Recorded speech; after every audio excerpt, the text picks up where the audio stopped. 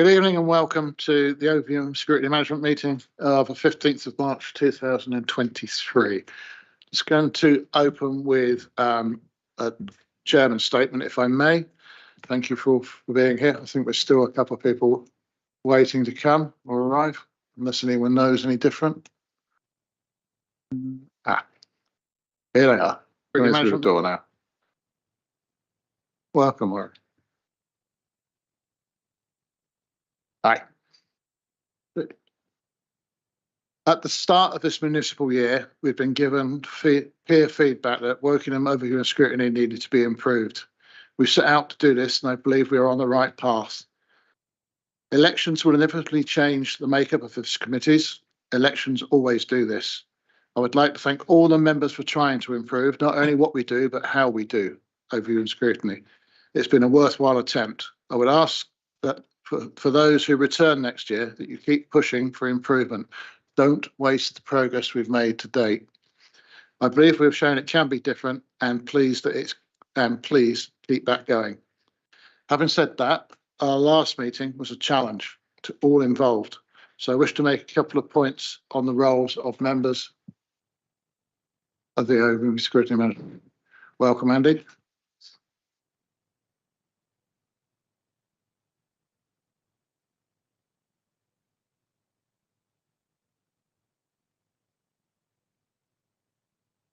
For those online, just got a couple of traffic related late arrivals who are here.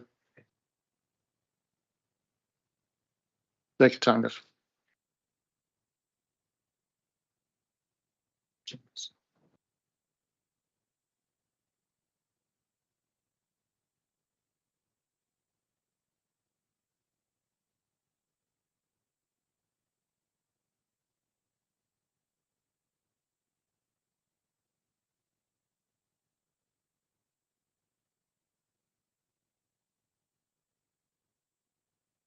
For the benefit of the new arrivals and for the member of the public here, I'll start the statement again, Chairman's statement. At the start of this municipal year, we've been given peer feedback that Wokingham Overview and Scrutiny needed to be improved. We set out to do this, and I believe we are on the right path. Elections will inevitably change the makeup of the committees. Elections always do this. I want to thank all the members for trying to improve not only what we do, but how we do Overview and Scrutiny. I believe it's been a worthwhile attempt. I would ask for those who return next year that you keep pushing for improvement. Do not waste the progress we've made. I believe we've shown it can be different, and please keep that going. Having said that, our last meeting was a challenge, and so I wish to make a couple of points on the role of members of the Overview and Scrutiny. On the front of each Overview and Scrutiny agenda includes the following statement. The role of Overview and Scrutiny is to provide independent critical friend challenge and to work with the Council's executive and other public service providers for the benefit of the public. The committee considers submissions from a range of sources and reaches conclusions based on the weight of evidence, not on party political grounds. The Constitution also includes 6.3.12. I never thought I'd actually manage to quote one. I have now the party whip. The Council views the use of the party whip as incompatible with the aims of Overview and Scrutiny. When considering any matter in respect of which member of the Overview and Scrutiny Management Committee, Overview and Scrutiny Committee or Task and Finish Group is subject to a party whip, the member should declare it. Before commencement of the committee's deliberations on the matter and detail of the whipping arrangements should be recorded in the minutes of the meeting.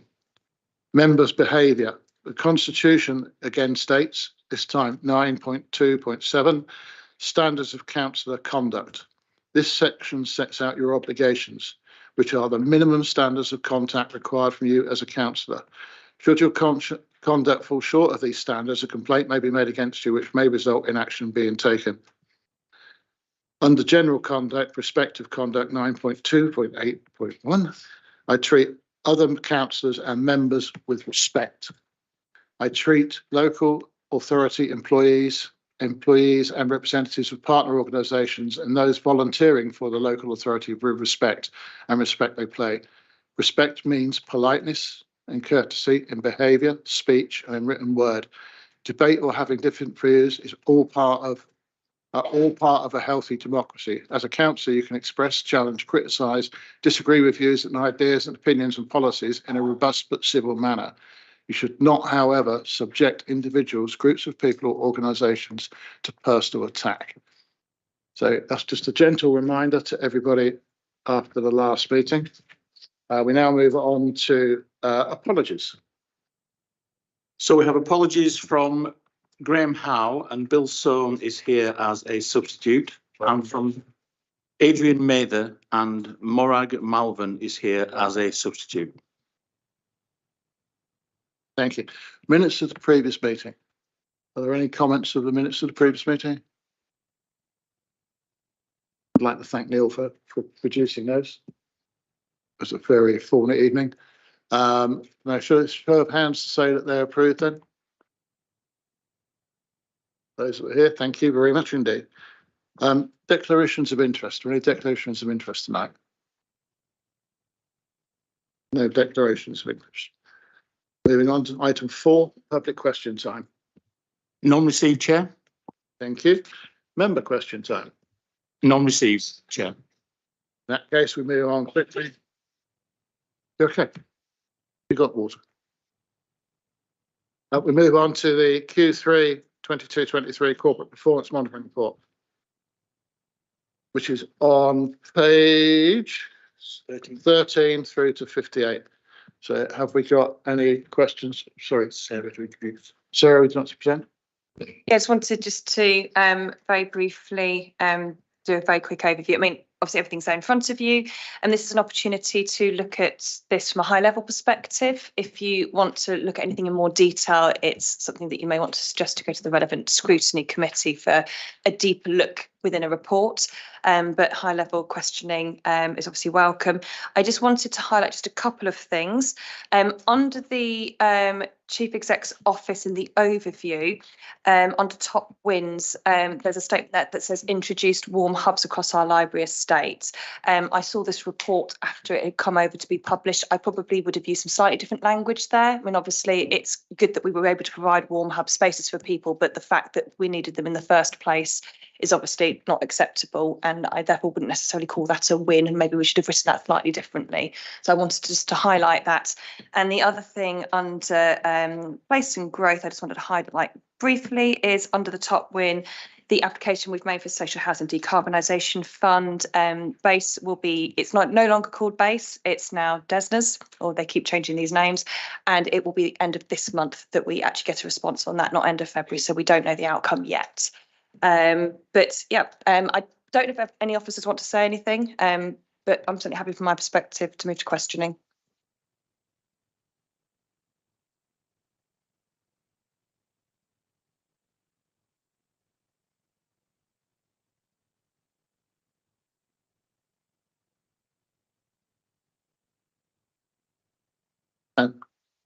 So if I can go first then, I know on page 22, under the challenges for children's services, staff sickness and wellbeing impacting on service, children's services, and also under on page 37, the wider CEX6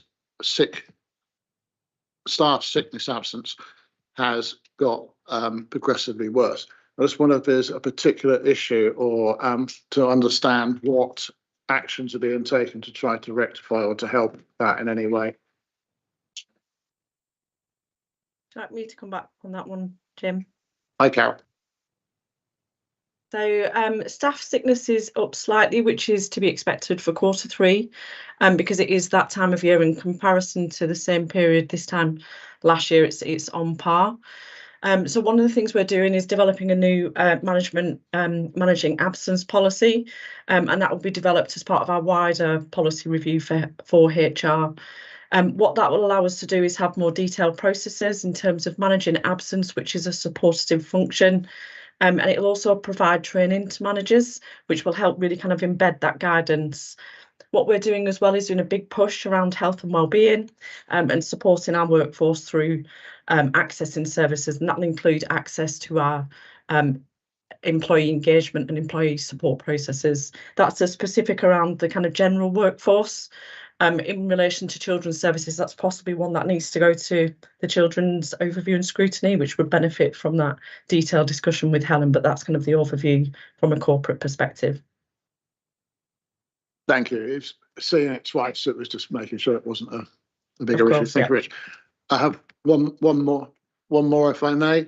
On page 56, we've obviously got a good news story of participation in physical activity sessions for those who are experiencing social isolation. I just want to understand what actions are being taken to have that improvement. It's proved so much over 3 quarters. Is there anything we can learn from there to try to improve some of our other activities?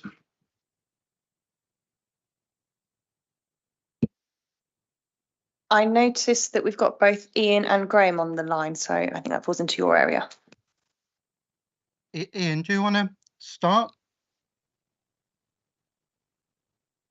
Okay, I'll begin then.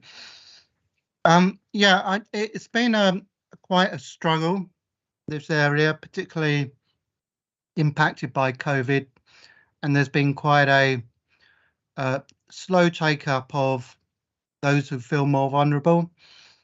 But an awful lot of work's gone into working with our public health colleagues and reaching out to those who need support and trying to provide the environment for people to feel comfortable to re-engage in active functions.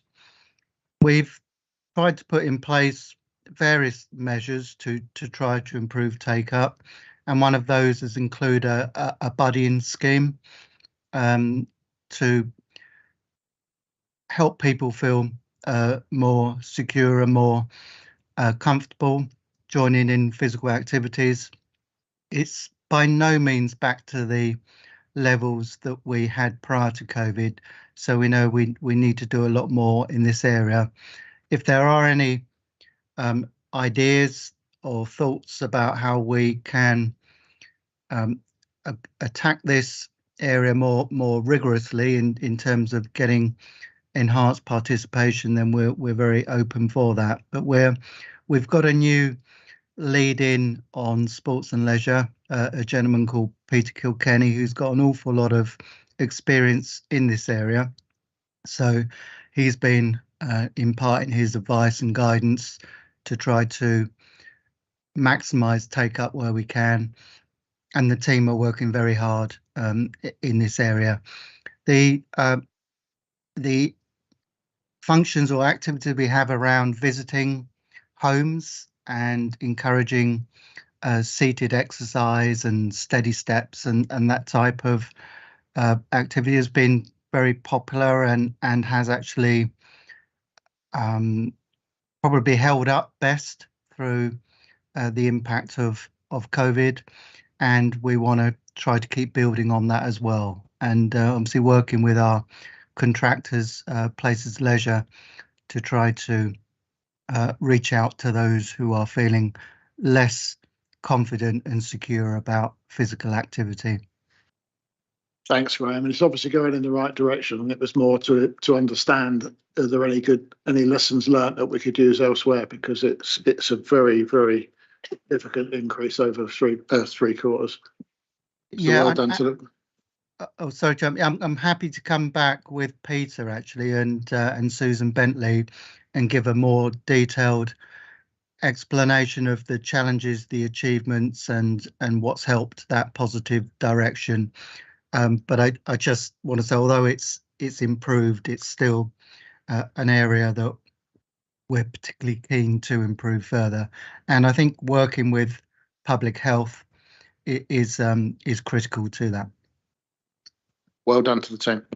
Did I just, sorry, very quickly, just expanding on that. I mean, this is obviously about tackling social isolation, and the physical activity side of things is one of the ways of doing that. But there are other things that the council could do. And you've mentioned about lessons learned. I wonder if this is actually a topic that HOSC may at some point in the future want to look at as other mechanisms within the local authority for reducing socialisation, not just in this regard, but other ways. I mean, we have an arts and culture team, for example, as well, and that's part of that. And if there's anything that can be learnt as well in the organisation, that could sit quite well with HOSC. Just a thought I want to put out there to the committee.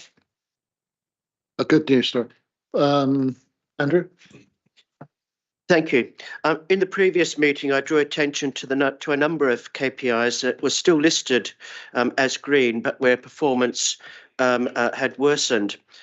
Now, there are always likely to be cases of this, but my question is, are there any trends emerging in those KPIs that are a cause for concern? They may still be listed as green, but continued worsening.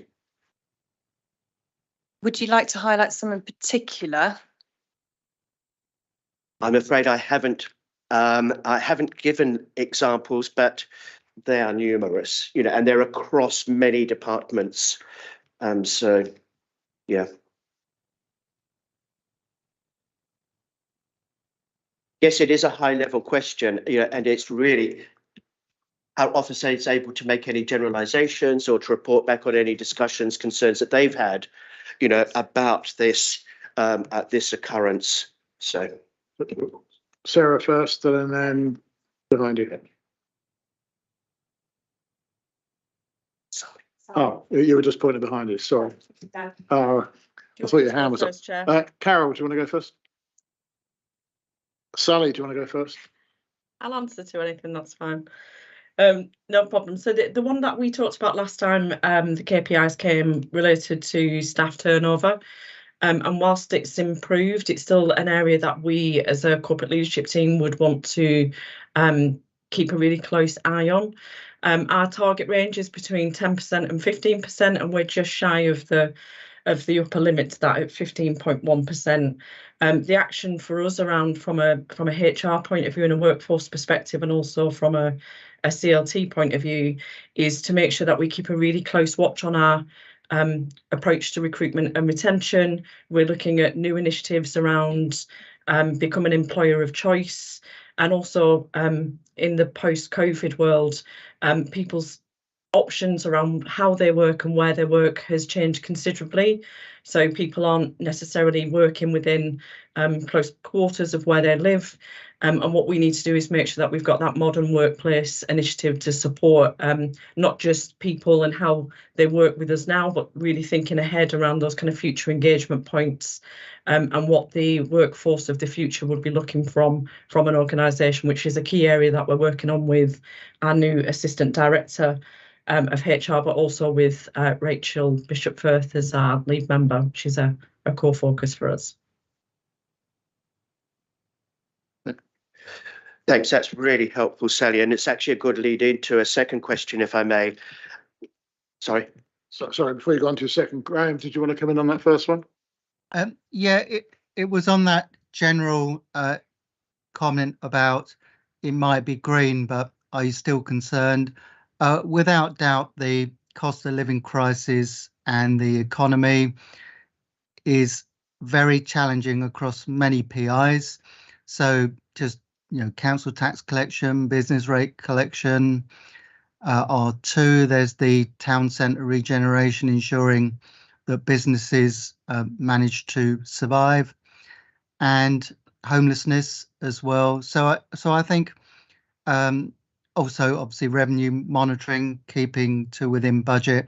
So I would use the general concern, even if it's green, the backdrop of cost of living crisis and the economy is making it very concerning across a range of PIs across the council, of which I've given you a few. Andrew? Yeah, thanks for that, Graham. And both your and Sally's answers are an excellent leading, I think, to my sort of follow-up question, because it's stated numerous times in the reports that inflation, the increasing demand and complexity of demand, you know, constantly, continually being mentioned.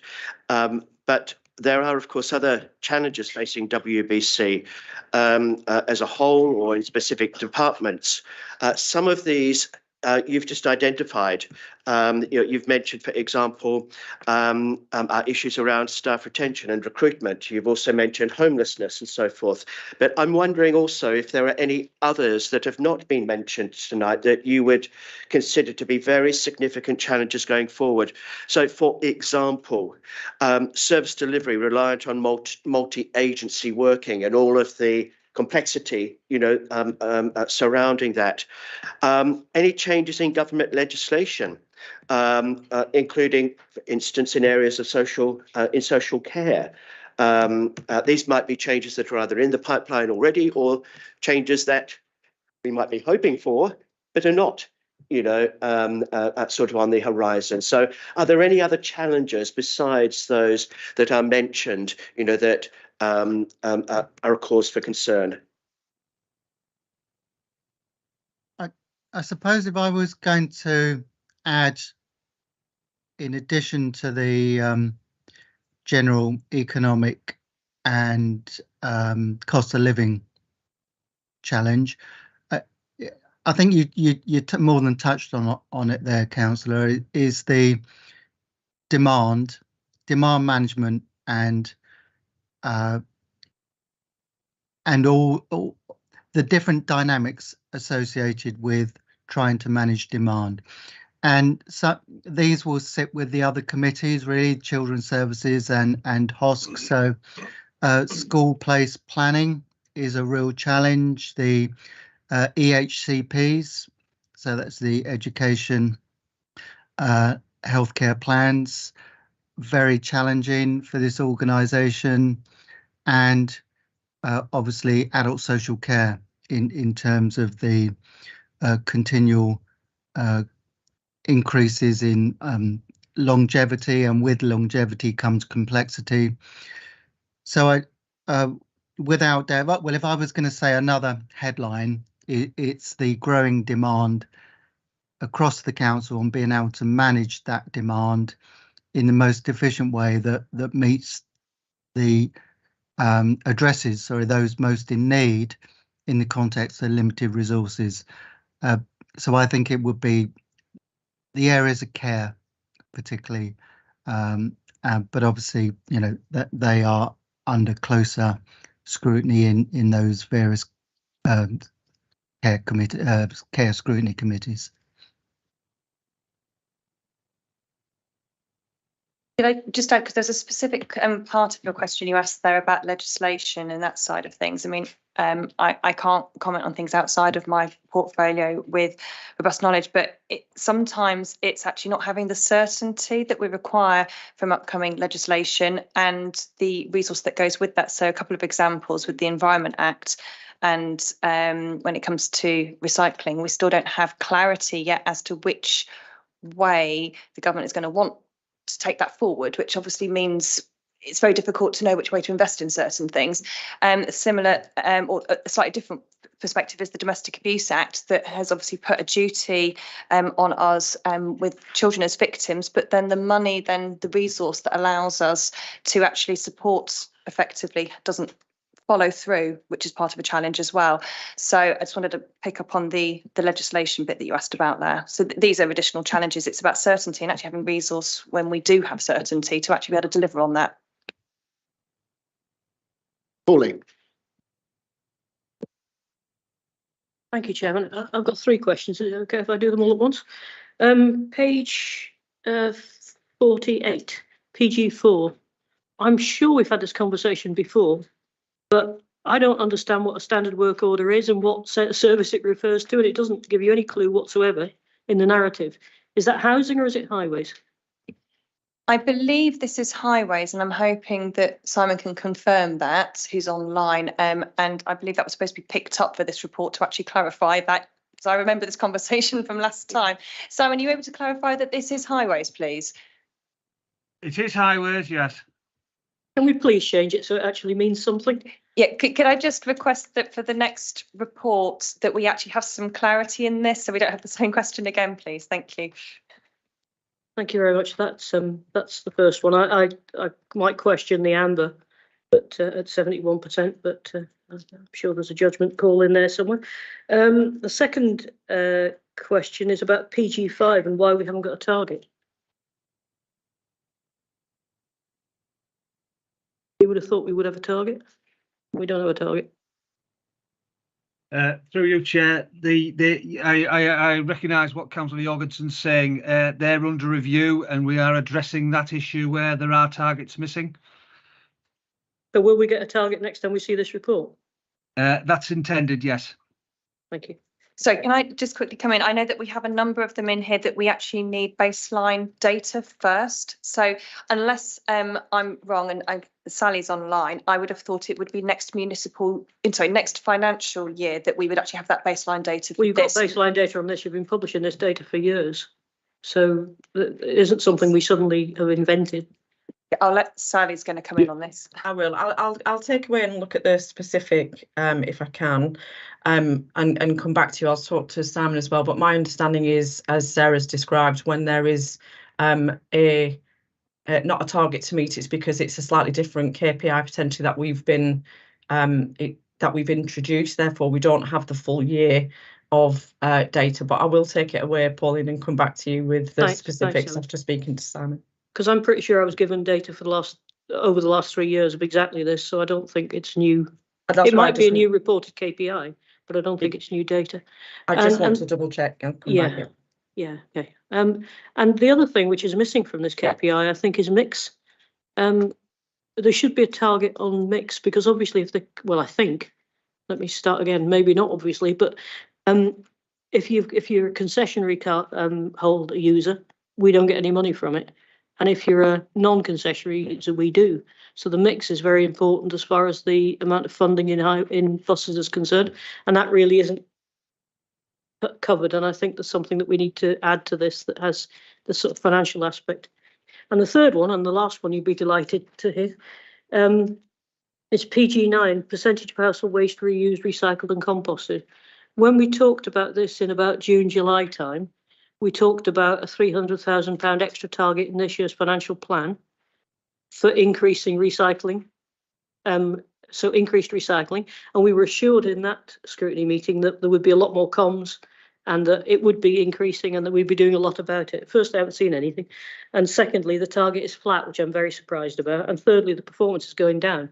So not only have we got a target that we don't look, well, that we haven't reflected in the targets, because we did have a target to increase the amount of recycling and it isn't showing in the targets. But secondly, we don't seem to have taken the action that we were promised in June, July, August, and the percentage is actually going down. So there was a comment about that one. Maybe somebody could answer why. I'll leave that. Through you, Chair, I may be able to assist in that respect. As Councillor Jorgensen knows, and we've had discussions in other meetings and scrutinies, etc. Again, it's all under review. We are aware of the investment that was aimed at diversion and to increase recycling and so on. We're still assessing the impact of that.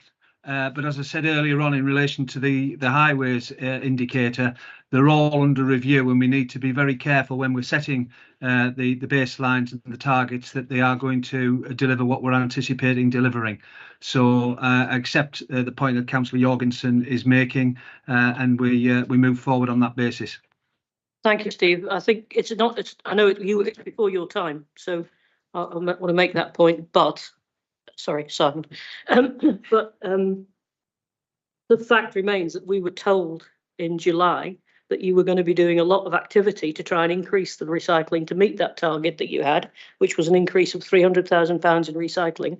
And this shows not only has that not happened, but you weren't even trying to achieve it because the target was flat. And that just doesn't make any sense at all. I know it's before your time. Thank you for pointing that out. But what I would say is that I do know that the team have been working extremely hard, along with our colleagues in the comms team, to ensure that we do publicise and promote recycling and waste diversion, and that's at the heart of what the team do on a daily basis as far as possible. But I will look into it further, and we can come back and clarify that information if there's anything more favourable to report. Thank you. Just one final point. An example might be some of my residents I was in a conversation with last week, where quite a lot of them didn't realise that you could recycle pizza boxes, even though it's on the Re3 app. And if we don't tell people, there's a churn of people going through the borough, and people need to be constantly reminded. And one of my residents said to me, if I'd known that, I would have been recycling a lot more when my daughter was home from university. Yeah. And it's that sort of stuff that if you don't continue to tell them, they won't, it'll drop off. And that's looks like what's happening. I completely align myself with that as a comment. And as human beings, it's commonly known that we need to be told more than once what we're supposed to be doing. Believe it's 7 times. We can only continue to promote and attempt to educate people, but a lot of council literature, as we know, is often disregarded by households. But we will use every device and opportunity to promote what we're doing. And I think that they probably have advertised. In fact, I'm certain, because I've looked at the website, we have advertised what is recyclable and so on in Wokingham. And we will continue to do that. But it is, it's constantly a challenge for us to ensure that people do take notice of what we're trying to promote and ask them to help us with. So I want to just quickly, can I ask all councillors to, remind residents that we do actually have a waste and recycling newsletter where a lot of information goes out, and there has actually been one very recently about what to do about pizza boxes. So it is, but we should also be assisting our residents in signing up to these sources of information so that they do have that constant information feeding through to them about it. And there's a very specific one on this. And what I've been doing is reminding everybody about the Re3 app, because a piece of paper is a snapshot in time. The Re3 app's constantly updated. It's really good. Yeah, no, I use it as well. And again, these are all tools that we can assist our residents in utilising to their maximum. I think it's a very, very good question. Can I ask that when we get some clarification back on that it goes to all members of the committees, so we don't have to wait until the next meeting? Certainly, Chair. Thank you very much. David. Thank you, Chair. I'm just going back to page 22 on children's services. And I note the challenge about the school admissions and the pressures on school places. I'd always imagined this would be one of the more straightforward and robust areas for data modelling. So I'm kind of wondering why we're a bit caught out on that, or indeed are we caught out?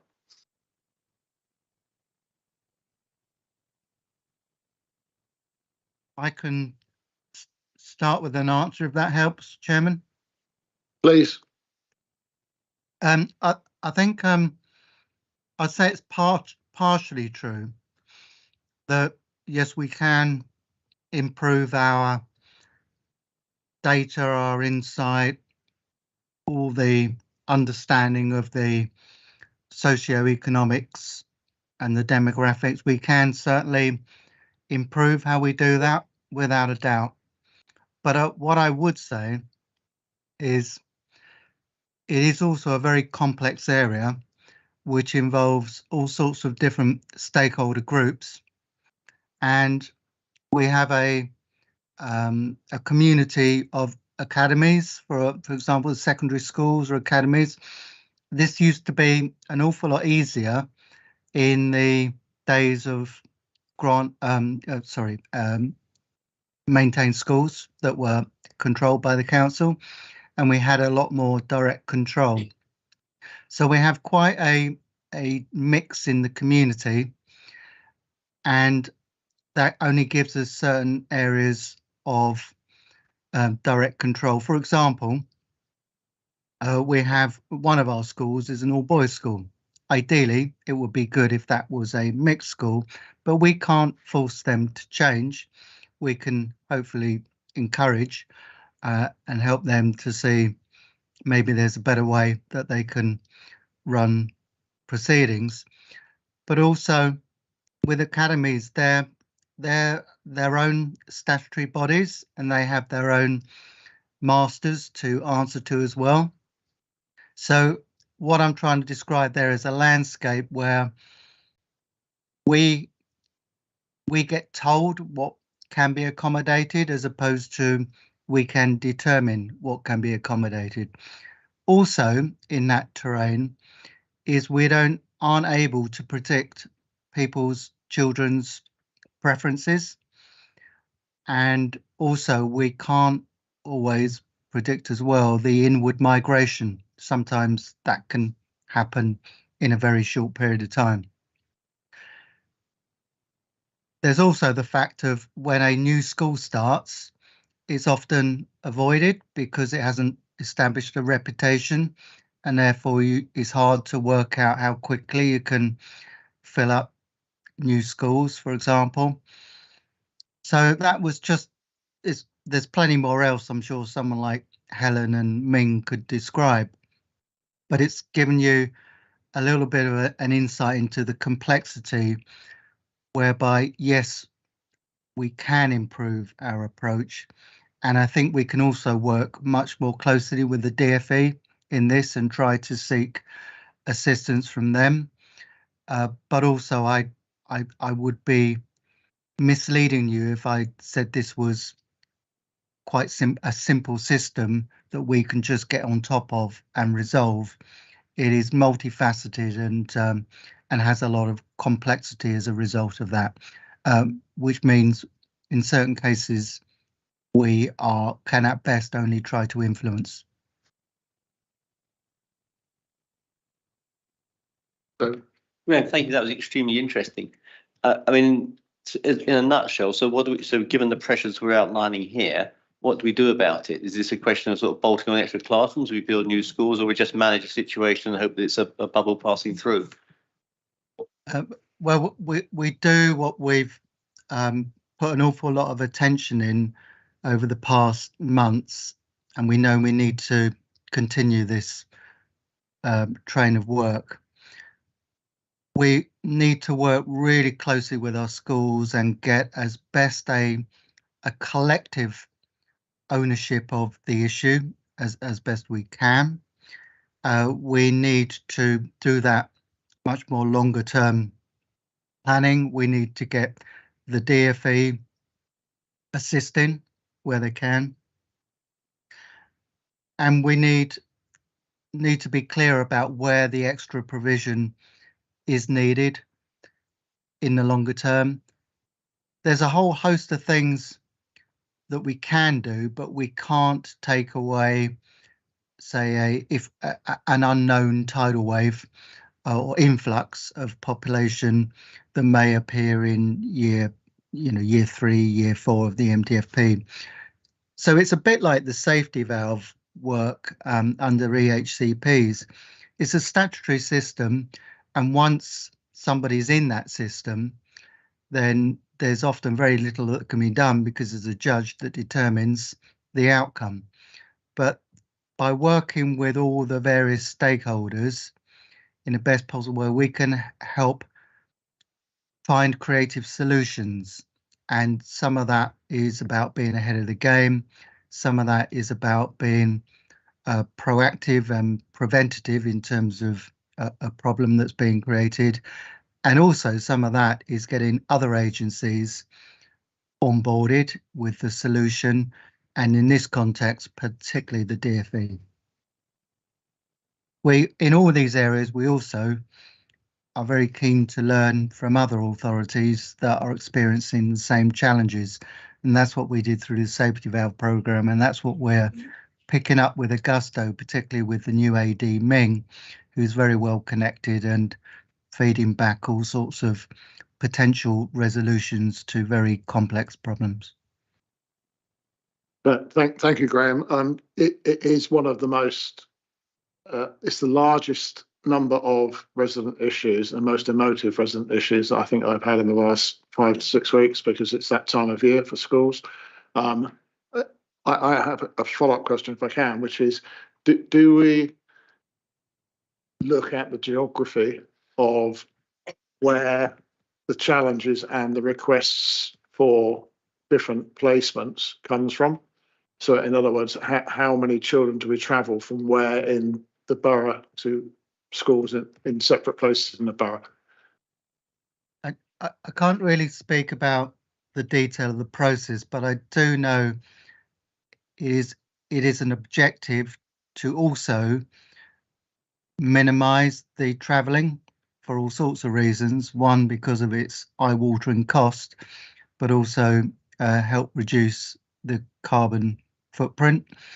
And it's not a great experience for the individual if they're forced to travel many miles throughout the borough. So certainly that is a key consideration in school place planning. I can't explain the details of No, it's more fine. detail. If we measure it, Graham, I see I'm fine things out of that because I think it impacts across a number of other things that we do. But you're on no hands up. So we go to Alison. Thank you.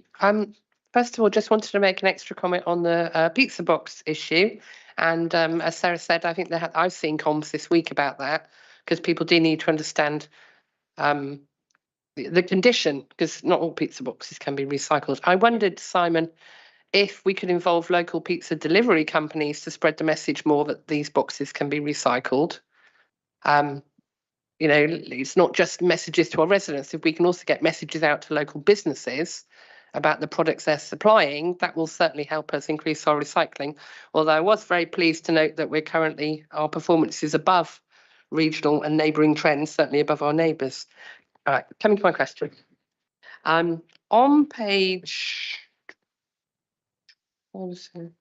it was about the EHCP plans being written within 6 weeks. Yeah, thank you. Which, you know, as we can all see, has gone down from 65% Q1 to 51%, now 41%. The narrative describes, I think, principally the difficulty is having enough educational psychologists to do these, and there were some listed actions, but what it didn't address was what we're going to do differently to try and recruit educational psychologists, how we can make, you know, this LA more attractive than surrounding ones. I know we all know, you know, from Scrutiny, the problems recruiting social workers, and how they've, you know, done all sorts of things from going to Australia and other attractions. So I just wondered if you could tell me a little bit more about what we're going to do to recruit more educational psychologists.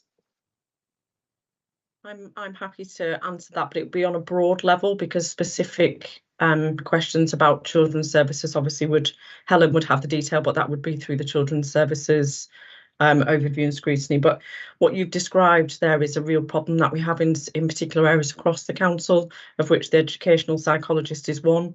I know anecdotally through conversations I've had with Helen as the DCS that we've got a number of new to work educational psychologists, so we're supporting people to join us and kind of growing our own. That's a specific area of activity within that field, and it's something that we're looking to do across the piece.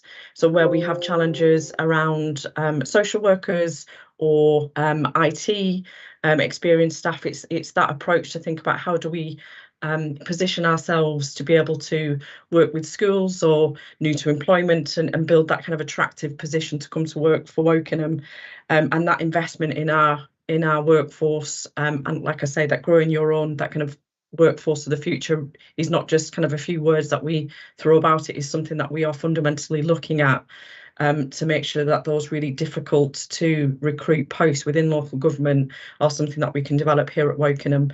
The other aspect of that as well is our position in the market. So what we've done as part of our new HR structure is bring in a recruitment specialist. This is somebody who's worked for recruitment agencies in the private sector and works really hard around engaging, using his contacts, and when posts come up that are relatively challenging, he's able to work in a different way than perhaps we've done previously in just putting a job out there. He will actually go ahead and start to headhunt people to come to Wokingham, which is a really good step forward for us and has had really good successes in children's services, particularly over the last few weeks. Bill. Short answer. Thank you. Yeah, just a question on the accuracy of KPIs generally, and I'd refer particularly to page 57, RA10. Going to Q3, Carnival Hub on time within budget, residential delayed and over budget, and we've got an amber. How bad does it have to get before that moves into red? I would have thought delayed and over budget was pretty serious. And would it be a good idea now to take those as two separate items, say for Q4, and look at the residential on its own? Because obviously if it's over budget and it's delayed, it must be a concern. And the reason I say this, at a previous meeting that I attended, I remember this question was brought up before because I asked the question on a KPI where it said that the Carnival pool was on target, and that was including the library. The library was delayed, which it was, the answer came back, it was always intended that the library would open after the Carnival pool. It was never intended. It was always intended that it should open at the same time. It was delayed, but it was given a green because the KPI said that both were on time. So I query the accuracy, and I'm concerned, you know, when we change from amber to red on something that's delayed and over budget. Okay, I'll start with that because that's in my domain. Well, actually, I'll start with a broader point.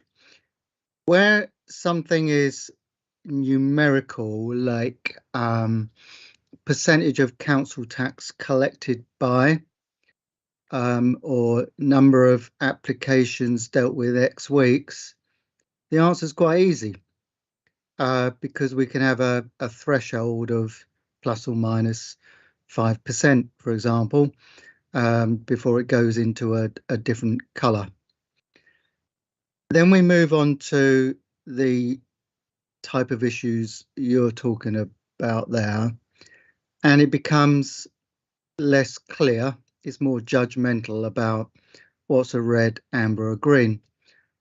I would say, picking up the particular project you're talking about, the primary objective of that project was to deliver a massive asset for the community that was multifaceted in its provision, and to deliver that to budget and to time. Within the mobilisation or the turning live, all parts of that asset, there was a component which was the libraries, which I do believe was always scheduled to come down the line a little later. So that was part of the original plan. So taking the specific of the libraries and the fact that this significant community asset was built to time and to budget, knowing that other parts were going to come on live later on, that was all green. Now, taking into account then the residential that surrounds, I suppose one can move into areas of judgment. I think the primary purpose was to create a vibrant community asset to budget to time, but it also included some infrastructure. I do agree with your point in terms of how to make this more simple, is to break the project down into chunks, and therefore we could take the residential as a chunk and we would definitely put that as red, and we have a very good reason why it became red. The contractor went into insolvency. But if you look at the kind of program in the round, an awful lot of it was delivered to budget and to time and to expectation. One could say, taking the two together, you create something in between a red and a green, probably equals amber. I think Graham, you've got a success story hidden in there, and a issue that is ongoing that needs to be scrutinised. So I think splitting them would be probably a good idea. Sarah. I just wanted to add the Carnival Hub actually was opened ahead of schedule. So that will be part of the discrepancy in the time between the leisure centre opening and the library. But the strategic decision was made to delay ever so slightly the library opening so it didn't disrupt the summer reading challenge, because obviously we needed to close the old site for 2 weeks while everything was transitioned over. So it was about continuity of service. But ultimately, the actual facility was finished ahead of schedule. So yeah, it was delayed at one point because of the furniture wasn't available to go in. So it was then delayed because of furniture availability. I was on that. That was part of my remit at the time. So I was aware that there was a delay in actually obtaining the furniture and getting it installed. I think, again, the fact that you have something here which is a good news story, something that was delivered on time and to budget, I think should be recognised within the KPIs. But I think also if you've got ongoing work, then the ability to be able to scrutinise those requires some sort of KPI measurement. So I think splitting them would be a good idea.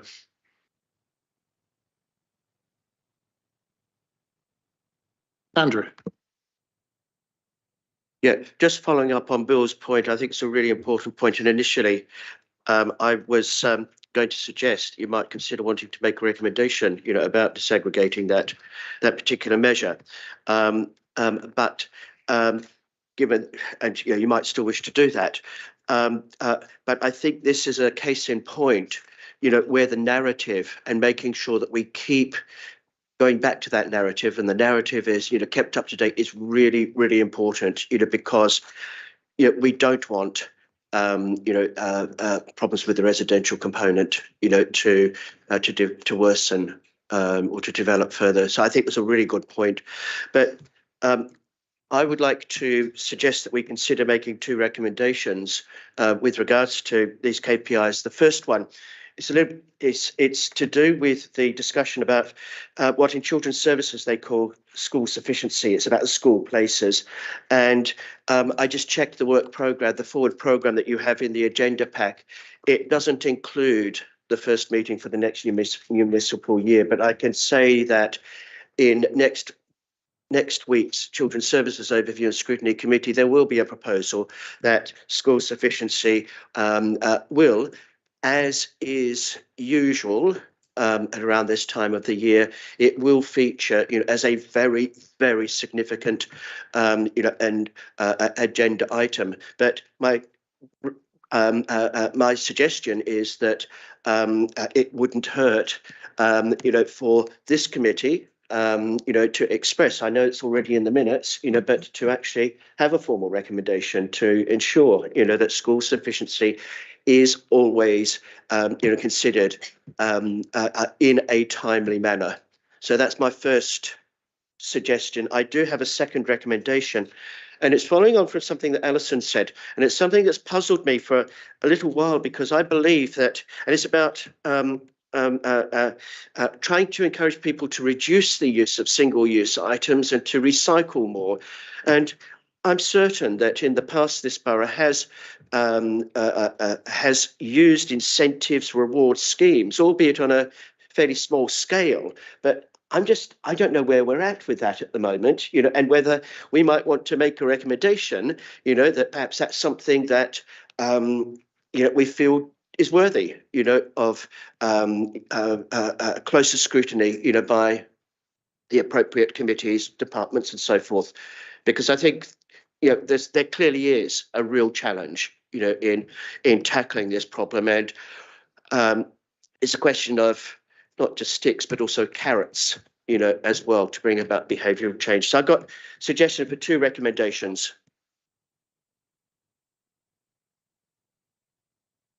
Thank you. We'll take those forward. Thank you very much, Councillor. If you want to formally put the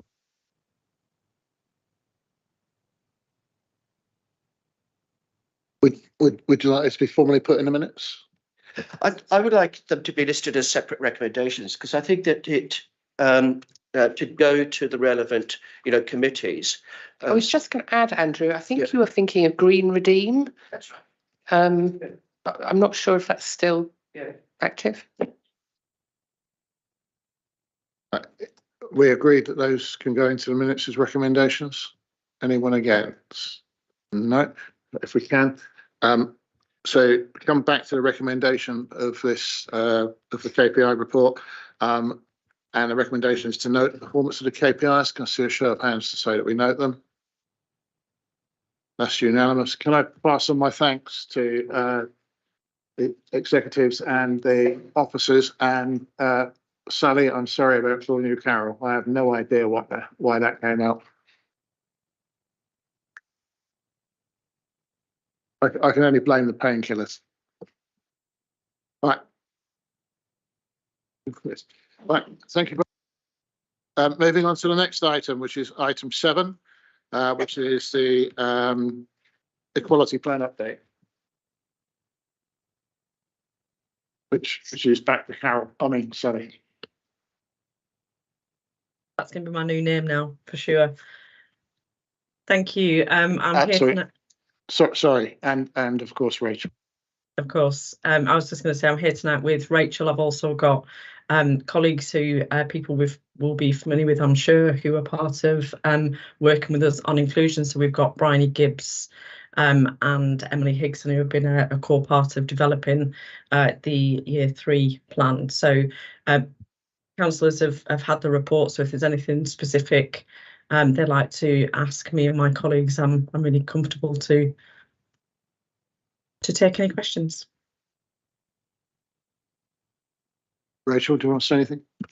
Yes, I do. Thank you very much. I mean, I wanted first of all to say thank you very much to Sally and to Bryony, to the officers and to our community partners actually who've worked with us in developing this piece of work. It is really important as a council we make sure that we're meeting the varied needs of our residents and fully engaging with our staff. Both residents and staff have varied backgrounds and they have varied needs. And just to give one very practical example, a lot of our older residents are very IT savvy, are very comfortable in accessing services and information online. But statistically, if we look at the oldest group of our residents, they are less likely to use information technology, to access information, to access services.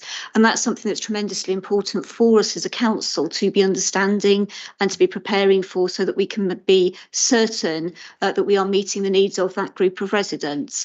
That's just one example of the many practical ways in which we need to consider and meet the needs of our residents.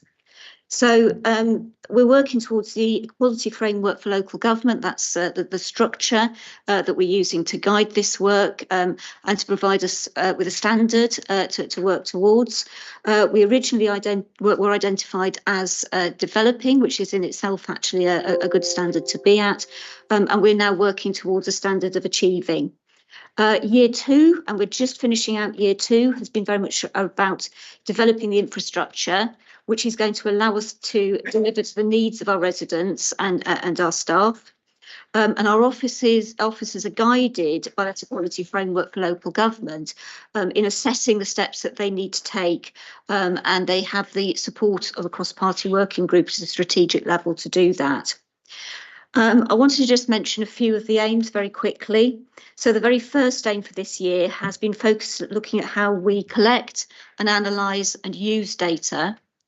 And when you turn to the Year 3 proposed action plan, you can see how that feeds into how we're going to support really robust evidence-based decision making across the council in this area. The second aim that I wanted to mention is about the establishment of the Equality Forum.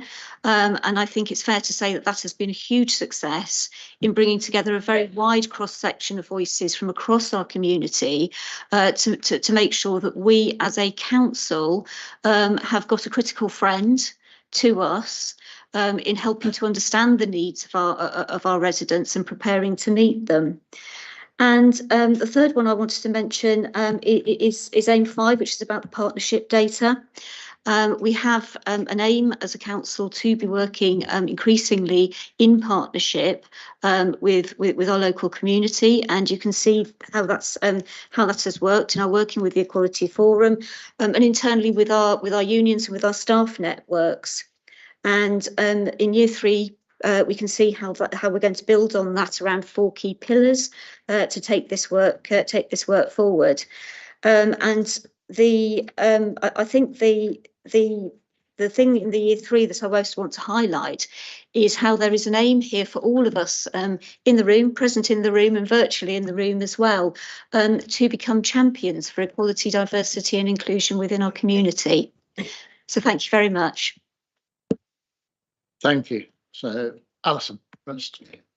Thank you for your work on this, Rachel. I'm looking at page 64, and we're looking at community engagement participation to, address barriers, because we want to encourage everybody to be able to stand for election. And we certainly want more people from we all want more women, more people from different backgrounds. My concern is if a person exercises their legal right to withhold their address from the ballot paper, if I think we all can consider lots of situations where someone might want to do that. Here in Wokingham, it simply says lives in Wokingham. In Reading, they put Borough of Reading. In Berkshire, they put District of West Berkshire.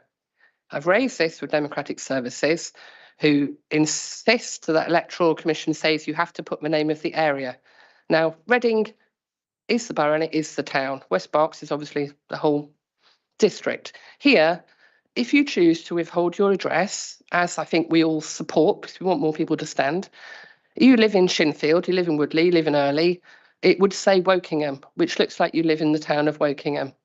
And I think that is a barrier to participation. And I would like you to take that up, Rachel. Thank you. Okay, thanks very much. I mean, that's a very interesting point. My immediate thought is, could we not say Wokingham Borough? That's exactly what I think. And since I know our neighbours do that, I don't understand the difficulty, because we are a town and a borough. And it seems such a simple thing to do. And if you're a single person, you're a disabled person, a woman, or you've got a family, or whatever, there's all sorts of reasons that you may choose not to put your address in the ballot paper, but that should not disadvantage you. Thank you. I'll take that away. Thank you. Andrew. Thank you, Rachel and Sally. Two questions to begin with, if I may. You've mentioned the Equality Forum, which certainly feedback I've received, has been very, very vibrant, indeed. Are there any plans, or is there already a mechanism for the Equality Forum to engage with an overview and scrutiny committee? Is it something that members feel that could be valuable, but valuable for all of the stakeholders? Okay, but I'm also wondering, other members' views, on whether, because this is such an important issue, that all councillors, need to be informed about, engaged with, and so forth, whether there might be some value in having an annual presentation from the Equality Forum, similar to that of TLIP, and that I believe has recently been promised to another group, as well. And we know how well, the TLIP, presentations go down. So that's my first suggestion or comment. So I'll take that away, and it's something that we can put to the forum. Obviously, it's an independent forum from the council, so we can't direct it, but we can certainly put forward ideas. We participate in that group, but it is fully independent of the organisation, and we can certainly table that as an idea. So thank you for that. Is that something you'd like to add to the forward programme? Let's see what feedback Sally gets from the and Rachel get from the forum. But I would imagine they could see considerable benefits in this as well, mutual benefit. So thank you for that. And the second completely different area, is that, of course, like any organisation, we rely on a lot of contractors. And so I'm just wondering what sort of monitoring is currently carried out on equality issues involving employees of council contractors. Is there any, for example, there any kind of contractors pledge to support equalities matters? That's a really good question. I'm not convinced we have a contractor's equality pledge, but Bryony has put a hand up. So Bryony, do you want to come in on the detail, please? Hi. So my understanding is that obviously we have our standard equality requirements within our contract that meet all of the duties, etc. But one of the things I wanted to mention was that in the Year 3 plan, there is an action around pulling together a charter, which is about, sorry if my microphone is going a bit, which is about setting out exactly that, what our values are, what our expectations are, who we are as an organisation and who we want to be working with, and the types of organisations we want to be working with. So I think that's a really, valid point. Thank you. That's excellent. That's exactly the sort of thing I was thinking of. Could I ask just one more question, if that's possible? And I believe that corporate social value is currently being considered as part of the is currently considered, in the procurement policy, but that procurement and place will be developing this policy further, I believe, during 2023, 2024. I'm just wondering what my suggestion is, because again, this is such an important area, that I think it would be a really good example of where early sight, of iterations, it would be by the relevant overview and scrutiny committees could be very, very beneficial, so that the overview and scrutiny committees can have input, into these evolving policies. So Thank you. You wait for an answer? Can I say a couple of things very quickly? And actually, I'm just going to jump back a little bit to the very first thing that you brought up about the Equality Forum and the involvement of the Equality Forum. I mean, we would have to ask them, obviously, as Sally says, whether they would like to come along. But I know from the meetings that I have been present at that they are very, very keen to be an outward-looking body, to be a body that people can turn to for guidance, for advice, to run ideas by, so that they can feed into us and to the wider community. Their thoughts as a critical friend about how we as a whole community can improve. And the second point I wanted to make is, yes, I think a lot of organisations, when they're selecting organisations to provide services and goods as well, do very detailed analyses of whether those partners that they're going to be working with, are ethical, are working in line with the company's values. And I think everything that we can do to build on that as a council increases our influence within the wider community. So very, very supportive of that. The specific question around the social value, Brian, you can give the detail of that one. So in terms of the corporate social value policy, we can certainly bring that back for pre-scrutiny. I think that'd be really welcomed. I did also just want to add, and I'm sorry I should have come in earlier and said it, but we've been having some discussions with the Equality Forum because we're supporting them in pulling together a development plan for the year to help them achieve their goals across the next year. And we've had a number of different discussions, both separately with the co-chairs and then with the wider forum. And within those discussions, they've certainly mentioned exploring opportunities to work with Scrutiny, particularly around maybe, so there's 4 subgroups that they're establishing that will focus on specific areas. And so there may be opportunities one way or another to share some expertise across those structures. And then just to mention on the point around bringing a report back as well, this is another thing that's been mentioned, and the thinking, which isn't crystallised yet, but is that once that development plan's in place, which will give us a good forward look for what the activity of the forum across the next year is going to be, to bring that back so that there's a good hook to involve and get some practical back and forth on what that might be and get some input as well. So yeah. Thank you. Just a general point from me on the action plan, and I know it's a very mixed action plan, but can we have a review of it to see if we can make them measurable? So if there's dates around something, some date to aim for, or whether it's progress against something, how far we've got with it. But at this moment in time, it would be difficult to be able to see from the actions how we're doing. Absolutely. That would aid scrutiny. Yeah, we're in the process of building out all of that, those very detailed project plans that sit behind that. So, but that would obviously include the measures and the timescale. So, perfectly happy to, bring you an Lovely, update on thank you very much. Any other questions? We've got David, and then Andy, and then Norman. David first. Chair, thank you. What I'm going to say is going to sound a bit critical, and it's meant to be.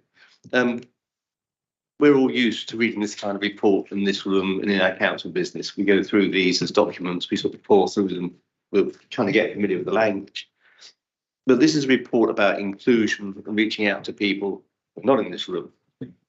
And I have to say, I think if I took this over to the Queen's Head and showed it to somebody at the bar, they'd read it 5 times and be none the wiser about what we're actually doing.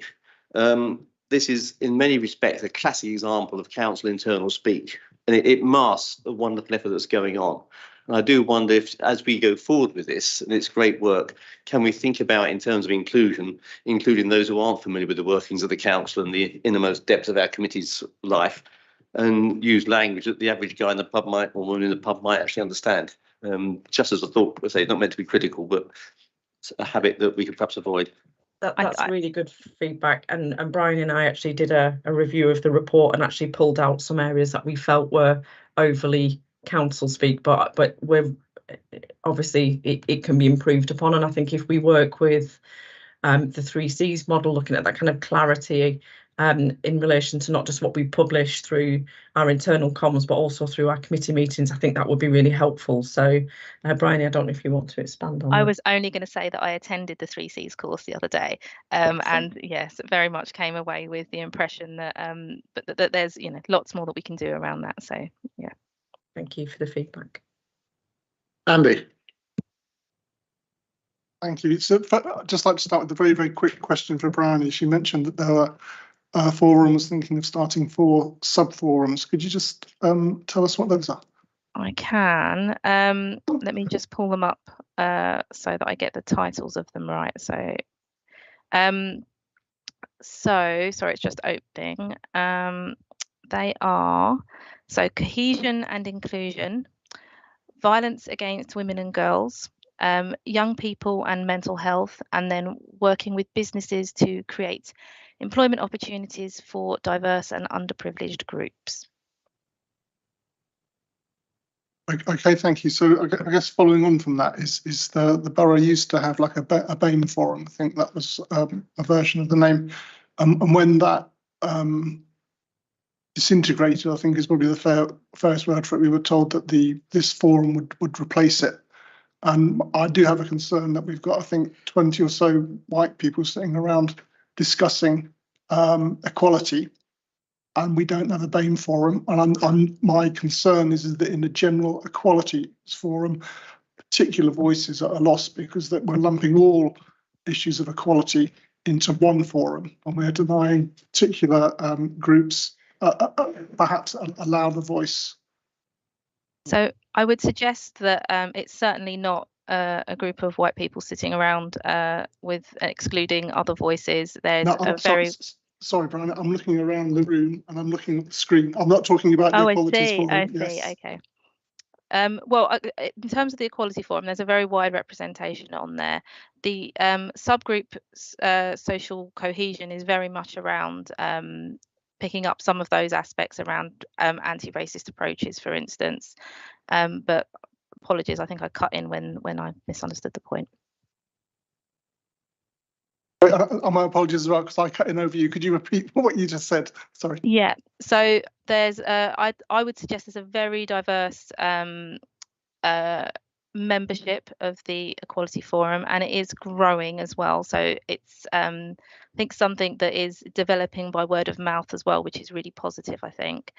The social cohesion subgroup was certainly intended to cover issues of race equality, as well as other issues.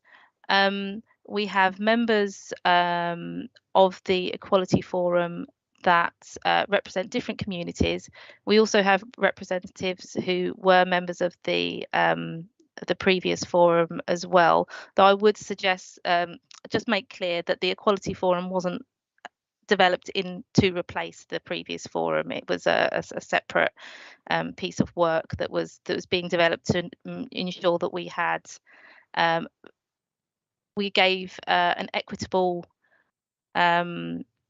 framework to lots of different voices, and that we brought those voices together to the ultimate aim of it is to get an intersectional approach on some of these issues.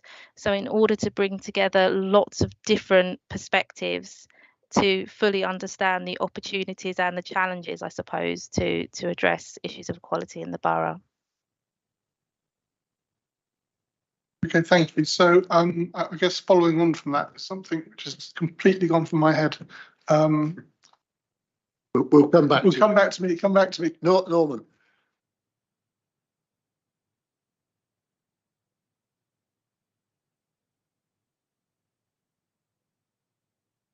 Yeah, you're obviously making good progress on the actions for the current plan.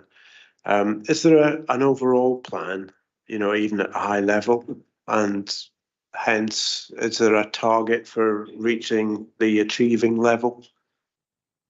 So there's two answers to that question. We have an equality plan which sets out our overall priorities, and which every year when we refresh our annual equality action plan, it's in reference to those priorities and how we can build on the progress we've made year on year, as well as listening to our key stakeholders or key voices, such as the Equality Forum, such as our internal staff equality networks. The other part of your question is around the measuring progress against the equality framework for local government.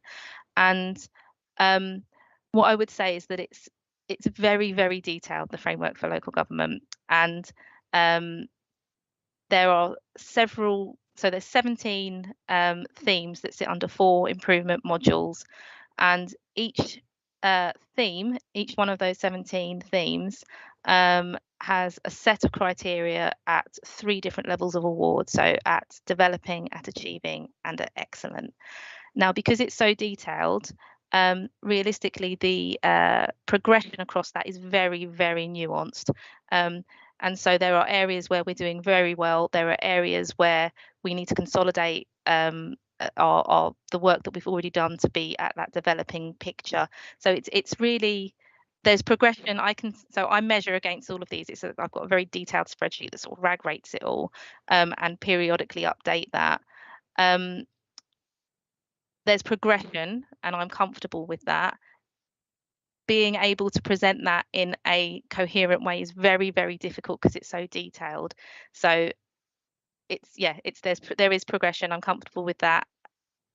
Brian, if Andy's got specific interest, is it possible for him to have a look at the spreadsheet? Oh, absolutely. And I'm happy to do, I'm happy to sit down and take people through it, because there's a lot of, like I say, there's a lot of context and detail. Oh, sorry, not Norman, have a look through your spreadsheet. I sympathise with you for your spreadsheet, but I've got no desire to go through the detail of it. Thank you very much. Perhaps if I was to share plenty of my own. No, I suppose then you've kind of answered my question that you're happy with the direction of travel and getting to what the government considers to be an achieving level is not necessarily precisely where you're heading for at the moment. You've got other aims. Yeah, so there are some bits where we're hitting achieving. It's just, like I say, a very mixed picture, but ultimately the plans that we have in place will help us progress towards that standard. Okay, thanks very much. Andy, it's a short-term memory return. Thank you. I've written it down this time. Just going back to the membership of the Equalities Forum, and the old BAME Forum used to have some quite tight rules about membership, and there was one in particular which struck me, and it said that if you're a member of any other, if you like, community organisation, for example, I'll make up a name, the West Indian Women's Association, for example, if you were a member of that association could only have one member in the forum. Okay. So is there a similar sort of restrictive entry to people who want to join? And I'd imagine there are elections to a board or committee, but are there other restrictions to membership? So there aren't any restrictions along those lines. The membership is open to any voluntary and community sector organisations who represent across the 9 protected characteristics. And in addition to that, anything that represents across like socioeconomic status, so in line with our commitments around tackling poverty. So we kind of had those 10 characteristics, I suppose. But so there's nothing in there at the moment. There is a review of the terms of reference that's being undertaken, but no one has suggested anything along those lines. So membership's not open to individuals? It's not open to individuals, no. And then, so another question again, going back to the BAME Forum. So you said that the Equalities Forum is totally separate from the council. It's a totally separate piece of work, not related to the collapse of the BAME Forum. So does that mean then that the council is, because it doesn't have, and the council was involved in the BAME Forum, the vice president or the vice chair was an executive member, for example, that was part of its constitution. So are you saying then that there is still room for the council to re-establish its own BAME Forum to give people the voice, or are you just willing to let it die because we have this other independent body?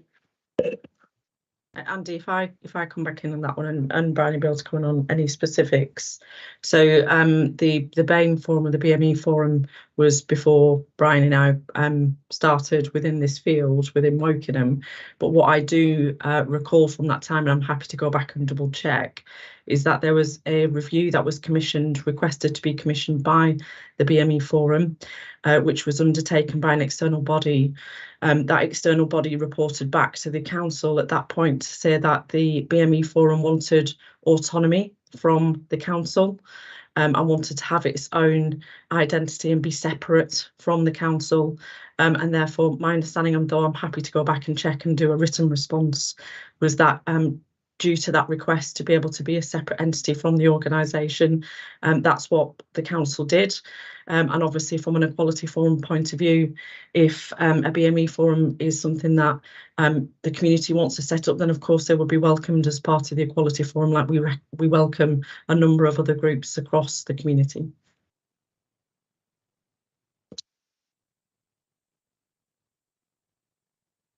Apologies, thank you. So potentially the BME Forum is still there, just independent of the council? I couldn't comment if there is or there isn't a BME Forum as it stands at the moment in the way that you describe. Brian, I don't know if you know any specifics. Certainly not aware that no, not aware of that. And like I say, we do have members of the forum, of the Equality Forum, who previously sat on the BME Forum. So yeah. I think that's if the officers are saying that they're not aware of that, I think that's something we can take up outside if we need to know where it is. If you could just point me to when it came to council, if it did come to council. If there is a written report, just point me at the date and I'll find it. That's all. I don't need you to write anything. We'll capture that as action, yeah. Right, so if there are no more questions, the recommendation is, oops. Sorry, I just wanted to comment very quickly. There was an external report. I have seen it. I believe that it did not come to council. I believe that it was because of its nature, it was a confidential report. But I think Sally would be able to come back with a full answer on that. I think the Equality Forum does have extremely close links with Black and ethnic minority community groups. And one thing I wanted to mention is the Equality Forum did distribute a number of grants. And if you look at the list of the grants which were made, quite a number of those grants did go to Black and ethnic minority community groups. So there's very clearly a link to keep very close ties with those communities, but also to recognise the intersectional nature of those links. So, for example, women within ethnic minority communities may have somewhat different needs to men, for example. Right, the recommendation is that the committee consider the progress of the report. I believe we've done it. So a show of hands to say that you agree. It's unanimous. Thank you to the officers involved in this. And I realise that some of you can go and some of you can't. But what I'm going to propose now is a 5-minute comfort break for all in the room, if that's acceptable. Cup of tea at home and water here. 5-minute comfort break. Agreed?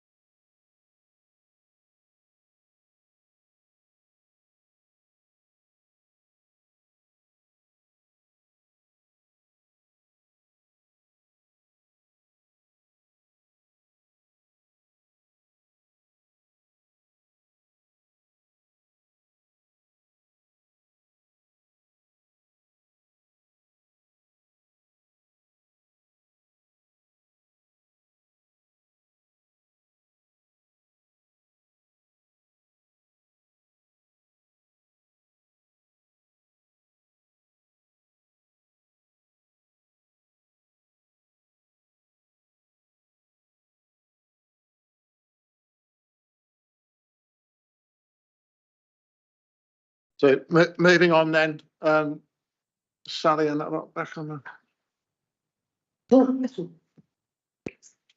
You're right. Thank you. Now move on to item 8, which is on page 73 to 88, customer experience strategy. Sarah. Thank you. Yeah, Jack will be coming in just a sec. Oh, there she is. Yes, so this is a proposed draft strategy for the customer experience strategy. This sits within the Customer Communities and Partnerships Organisational Foundation.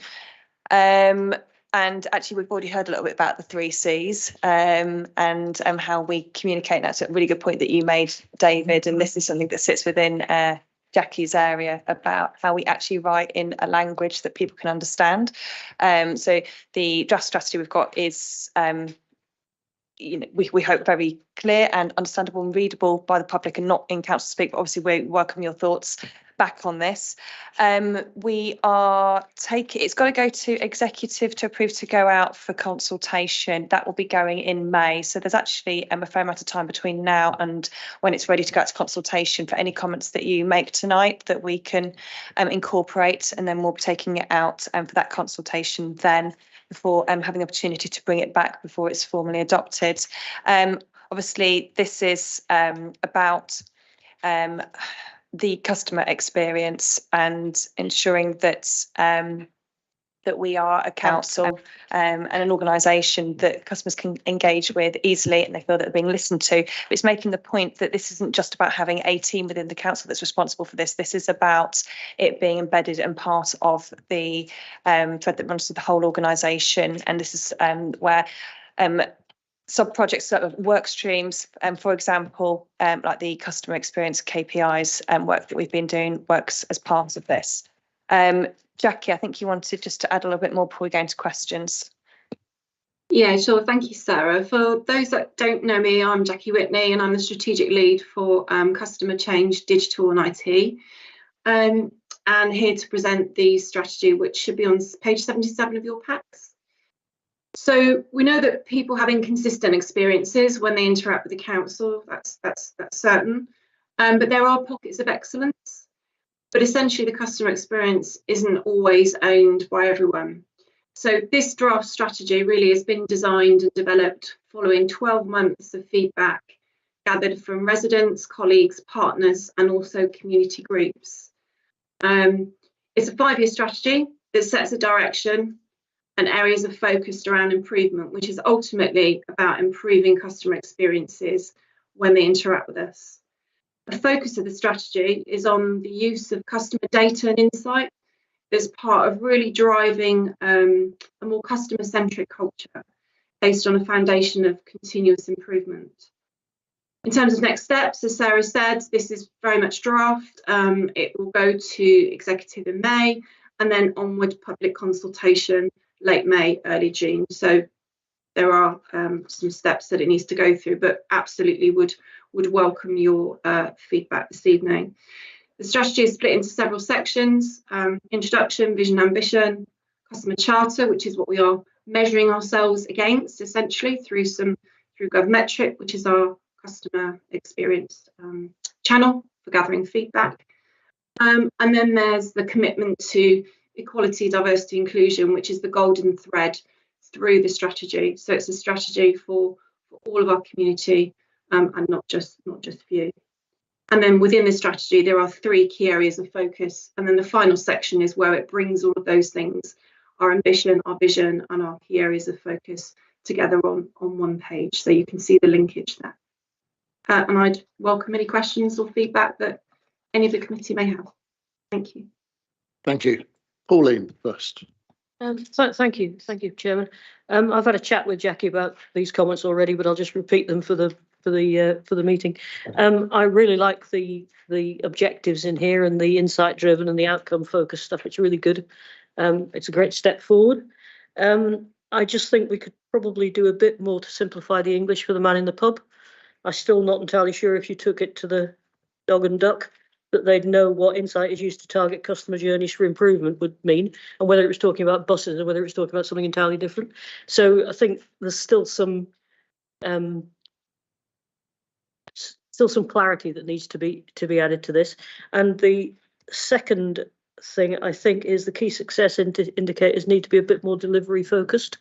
So the key success indicators for insight driven is all about using insight or collecting insight and using it, but it doesn't say anything about delivering improvement. And I just think it needs to be a bit more punchy in terms of actually making a difference as opposed to just collecting data. But largely it's a good step. I just think it needs a bit of tweaking. Thank you, Jackie. Thanks, Colin. Thank you.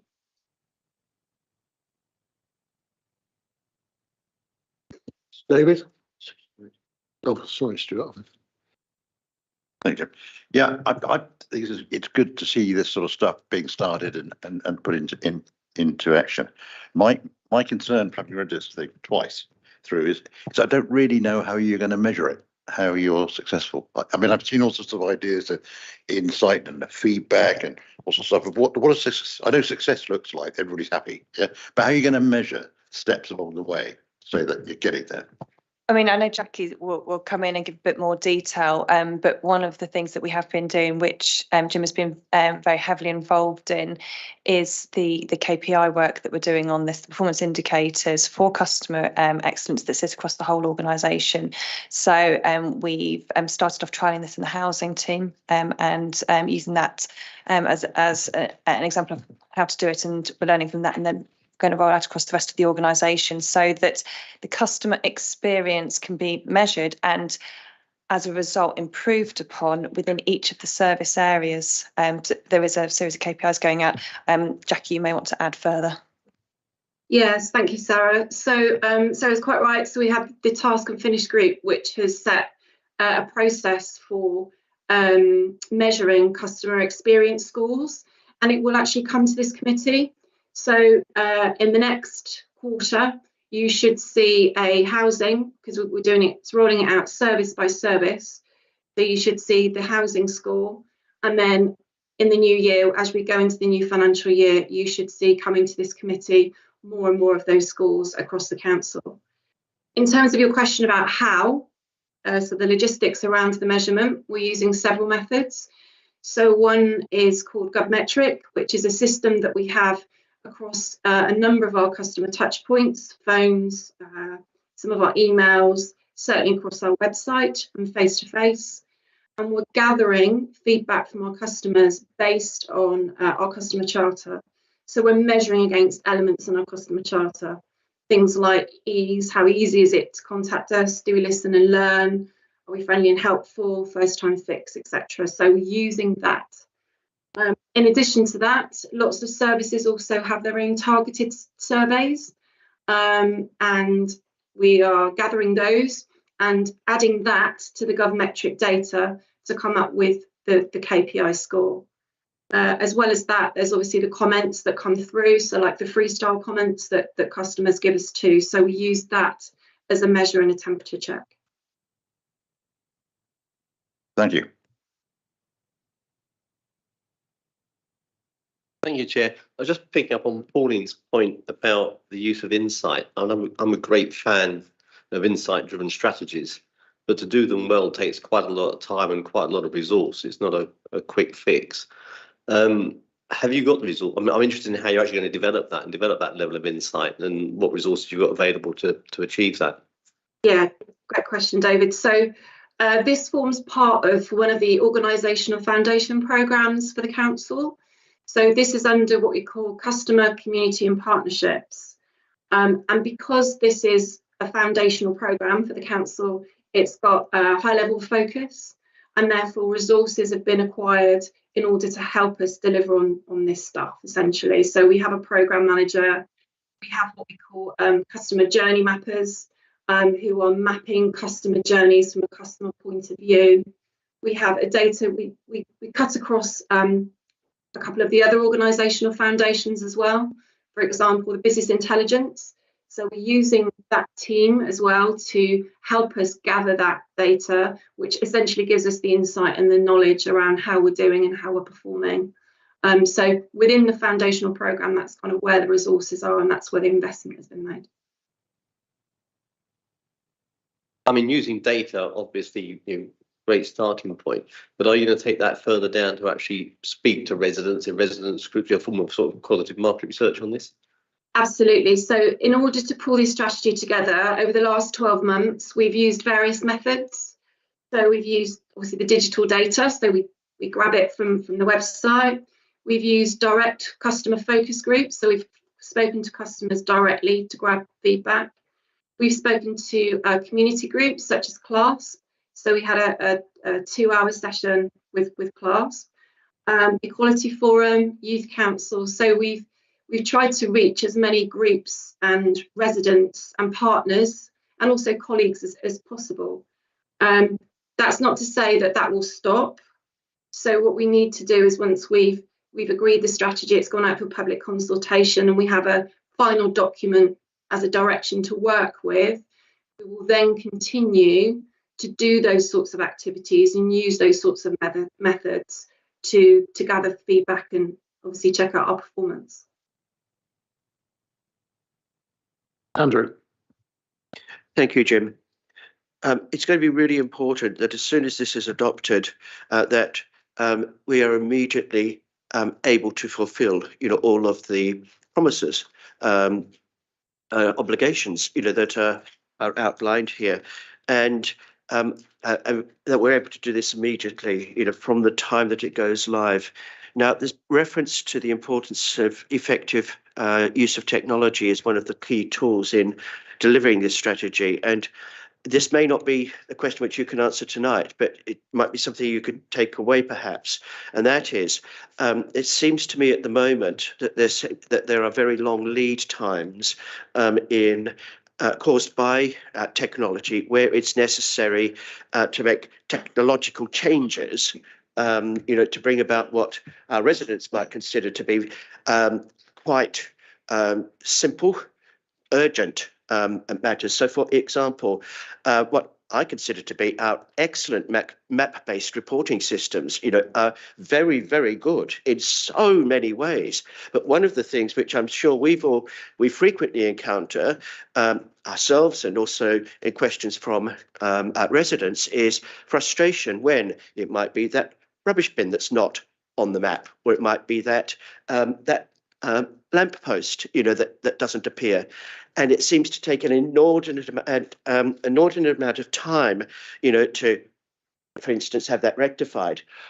Or another frustration, again, to do with map-based reporting, is that it seems to be that at the moment, in some of those systems, as soon as the job sheet is issued, it comes up on the map-based system as being completed, okay, or be completed within 28 days. So what happens is someone gets an email confirming that this has been logged, it's now been dealt with, and they go outside and they see the lamppost still isn't fixed. Yeah, so to actually get that changed in a way that avoids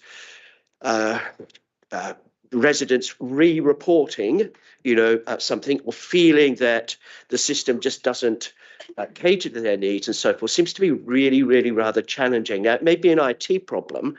I don't know. It might be something that would require a lot of time and money and so forth to fix, but it's really important that we do as much as we can to ensure that those kinds of technology issues are able to support this excellent strategy from the the moment that it's adopted.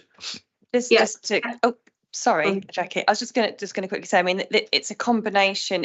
There's the technology, and this is something that obviously we're working on. We've got the new website, we've got the CRM system that's going to bring all this together, and the website is going to be much slicker. There's a lot of excessive information on the current one.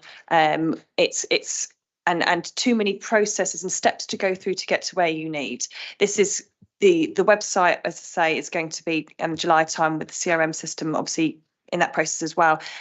Not only is it a technology thing, though, it's also about our staff as well. We have some, we have some excellent officers, but sometimes things do slip through the gaps as well. So I've had experiences with residents reporting something that they think is in this area over here. It technically sits over here, and it's making sure that whoever a resident gets in touch with the organisation, if it isn't technically the right place, we don't go back to them and say, sorry, no, it actually goes to the right person. Sometimes we have things that are quite complicated as well, that require number of service areas to work together to fix that as well.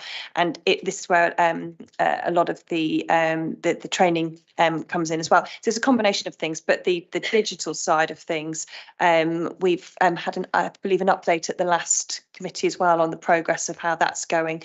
But we need to obviously make sure that we're reducing failure demand, and that's very much where this the new website and the CRM come in, because it actually costs us more as an organisation if we don't get it right first time. And obviously this is one of the key parts of this, is making sure that we do get it right first time. But Jackie, you will want to expand and speak much more eloquently about this, I'm sure. Sorry, just before Jackie comes in, I thought we were told at the last meeting that the map-based reporting was out of scope for the new website.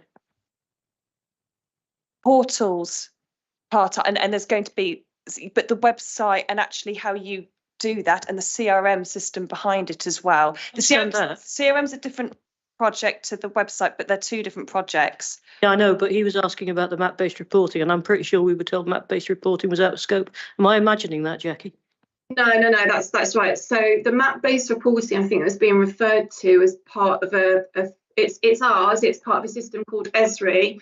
But where there were issues with things disappearing from the map, as soon as you pop it in the pin, it was disappearing after a couple of weeks. It's a third-party system, and we're actually working with the third party to make improvements on that so that things don't get lost or things aren't stated as finished when actually they're not, because the resident goes out and obviously they can still see it's a problem. So we are working with them to improve that. But in terms of the mapping piece, that is part of a system called ESRI. I don't know if Sally wants to make any comment on that, but that is not that's not within scope as part of the website improvements. The website improvements are just the website. Thank you. The point I was making is about the customer experience, though, irrespective of where a problem comes, it's about how we deal with that. Agreed. And just to follow up on Jackie's point, so ESRI is an absolutely fantastic mapping solution. It's one of the market leaders in geographical data. I think the specific example that Andrew gave was linked to the way that we report some of our highways faults, and as Jackie's described, she's working directly with our highways contractor, or her team is, to make those improvements across the piece. One of the areas I really would like to look at, because I think it's really pertinent to this, is how we engage our user groups across the council who own, for want of a better phrase, the layers that make up part of our GIS system, ESRI system, and make sure that they are being maintained as frequently as they should be. And that will make sure that when we describe things like a bench on a map, if we add a new bench to one of our countryside services, and Andy's on the call and I'm sure he would say we do, that we make sure that those layers are updated. And what I will do is take away and look at what our support is in place of making sure that if we get new starters to the organisation, that is retraining as part of our kind of onboarding piece. I'm sure it is, but I will just go and double check and confirm. Thanks, Sally. That's what I understood. I think the one issue that I recall was actually trying to get the map updated. I remember having huge problems with double yellow lines and being told that the whole map had to essentially be redrawn to do anything more or less, and therefore it could only be done every 6 months. And I don't know whether you've got any plans to fix that, but if you have, it'd be great. I'm not aware of that one specifically, Pauline, but I'll take that away and have conversations with Highways colleagues in relation to the specifics around the yellow line.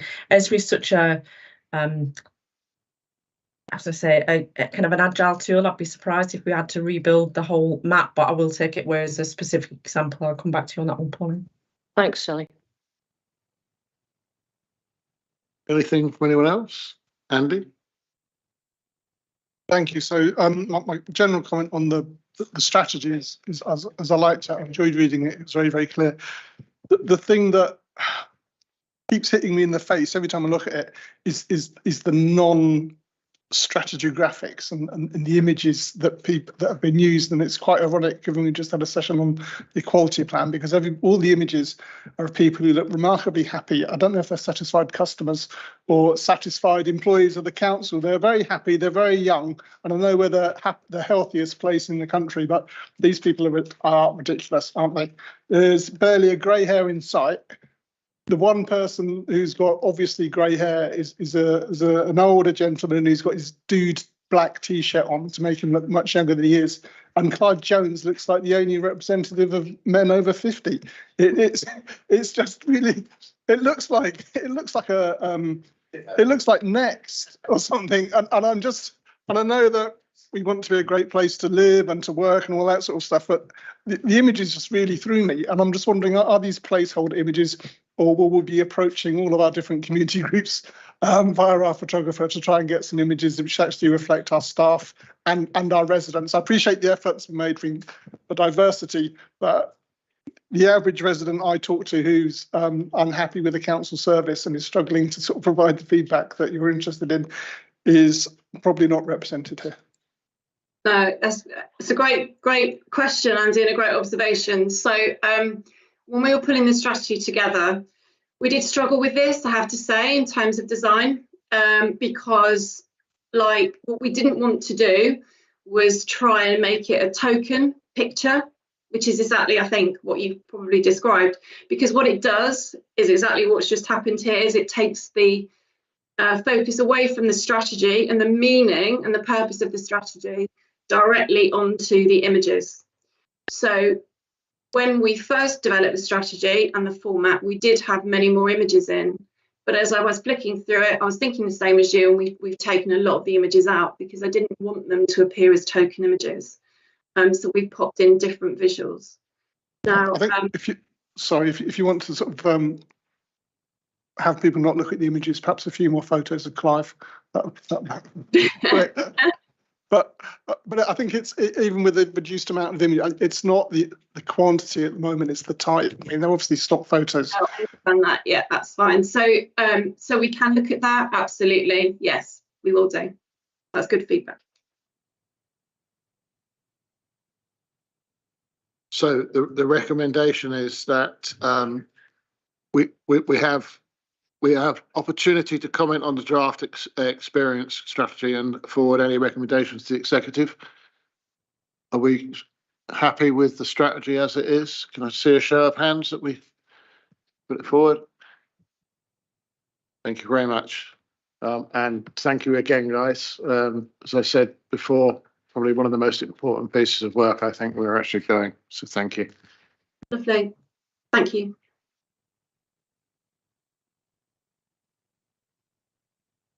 Moving on to item 9 in the middle. We've got an extra one, haven't we? So item 9, is biodiversity net gain pilot project. This is a separate paper, and there's also a pink part 2 paper. So if members want to ask questions on the part 2 paper, we will have to move into part 2. So if at that point anybody has any questions, then the chair will move the appropriate resolution and the public will be asked to leave, and we'll put the stream on hold, hopefully only briefly. So we've got Andy, and I believe we've got Ian online.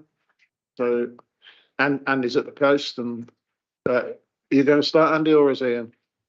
I'm going to give a quick, brief summary update of the report and then just open the floor for questions, Jim, if that's okay with you. Thank you. Off you go now.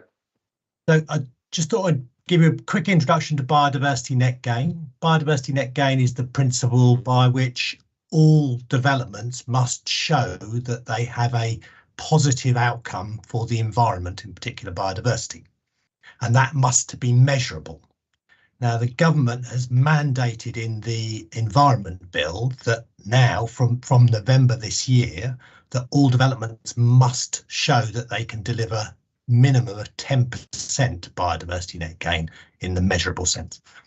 And alongside that, developers will have to use the government's mandated tool for measuring that net gain. So they'll have to do an assessment prior to their development of the site and what the biodiversity value of it is, and then follow that up with an assessment of the site post-development. And if they cannot deliver that biodiversity net gain on their site, they will have to purchase biodiversity net gain units off-site from providers.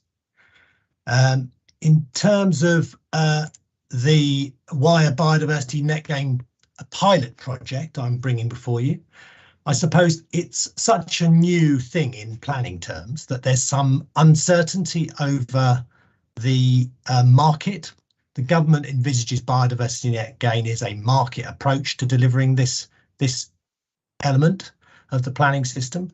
And as yet, there's a little bit of uncertainty about, for instance, the actual demand for biodiversity net gain units across the borough, because there's not a formula to do it. It's based on an individual site assessment. So it depends on site. Every single site is different. And the other thing there's a bit of uncertainty around is the actual price of biodiversity net gain units. It's likely to be influenced eventually by the number of providers that come into the market. At the moment, it looks most likely that there'll be mainly local authorities providing, but there are a couple of private landowners who are also interested. The other thing that we were thinking about is that there may be some demand for biodiversity net gain units outside the borough boundary. So there is proposed in the government's bill a proposal for trading units nationally, and it may be that we can trade nationally or even trade to our neighbouring authorities in Berkshire. So there's still quite a lot of uncertainty about demand and price, and that while we're going to do a pilot project in the early years to try and make sure that we don't have a situation whereby there aren't any biodiversity net gain units available and we have to refuse planning permissions that we'd otherwise like to approve. So that's the reason for the pilot project. In terms of Ashenbury Park, we picked Ashenbury Park because we've been looking at it for a number of years, but whether it's got some potential for some improvement to its biodiversity. It has the ability to deliver quite a significant number of units in a single site, which is obviously quite an efficient way of delivering biodiversity net gain. It also likely to make a reasonably significant contribution towards our tree planting target. It offers some revenue efficiencies in terms of the management, transferring the management to the countryside service from Tivoli. And lastly, we have to tie this site up for 30 years to deliver these biodiversity net gain units. And because of its past as a waste site, it's unlikely that we would come up with an alternative use for this site in those 30 years. So it seems to be the most obvious site to try a pilot project out at the moment. Lastly, the finances. The costs of biodiversity net gain units need to include the capital works, the ongoing monitoring of those works. It's going to be a requirement of biodiversity net gain that you have to submit ongoing monitoring of that biodiversity work. We currently estimate we'll probably have to submit 8 reports over the 30 years on the progress we're making towards delivering that biodiversity net gain.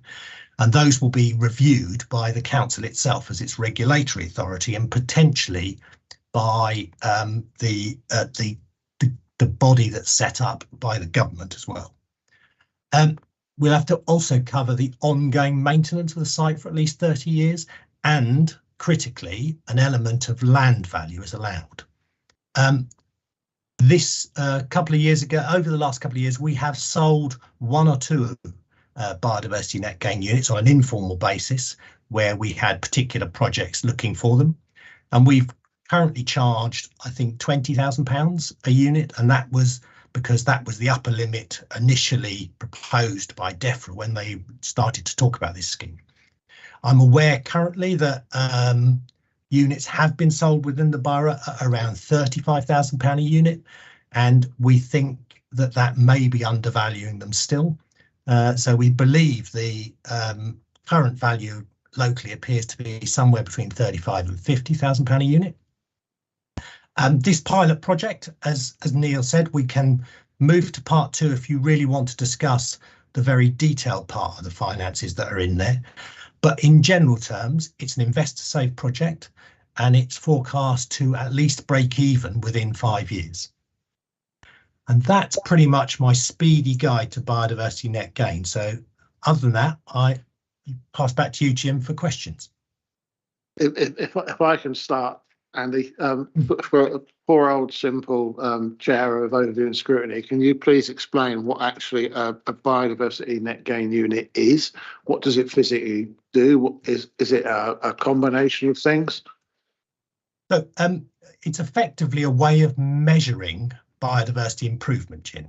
So what I will do if we go to Ashenbury Park is we will do an assessment using the government's metric tool, which is a spreadsheet effectively, which scores individual habitats and their quality and gives them points. What I will do is I will score the current number of points that the site achieves, and then I will overlay that with the proposed improvements we're going to make, and that will then go back through the metric, and it will tell you that it will deliver an additional number of points, and those points are effectively the units that we can then sell. Does that answer your question, Jim? Sort of. So you could actually come and assess my garden and give it a rating. Yes. And offer that rating. What does that rating actually give me as a benefit? Does it protect me from development, or does it aid me for development?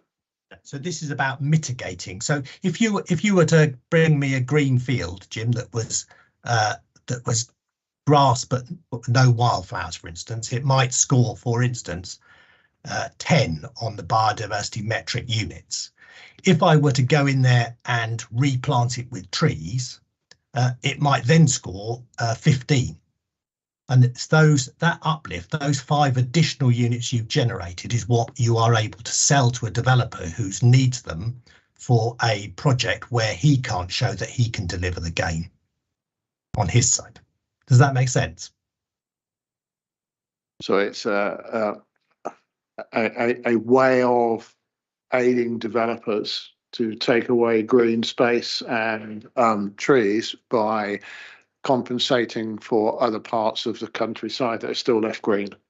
So it is a kind of offsetting, if that helps, Jim. It's the sort of thing where all developers now must show, whatever site they develop on, that they can deliver a minimum of 10% net gain in the biodiversity in the local area.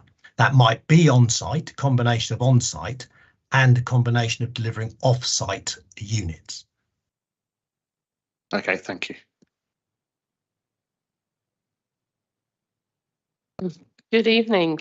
I'd like to ask just a very straightforward, simple question. With the management moving from the grounds maintenance to the countryside service, will Ashenbury then become a Ashenbury Country Park?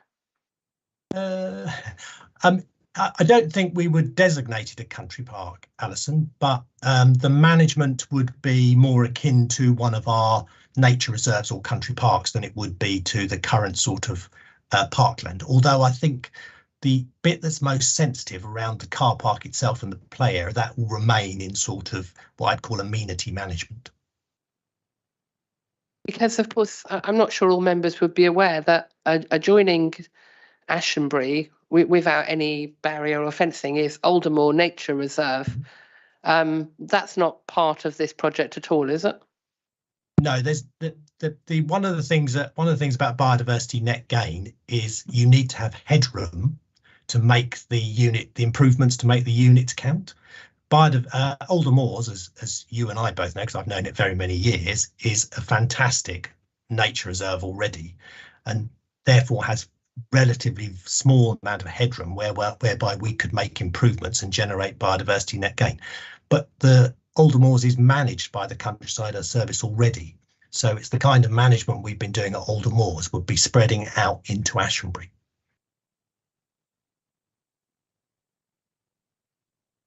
Pauline. Thanks, Andy.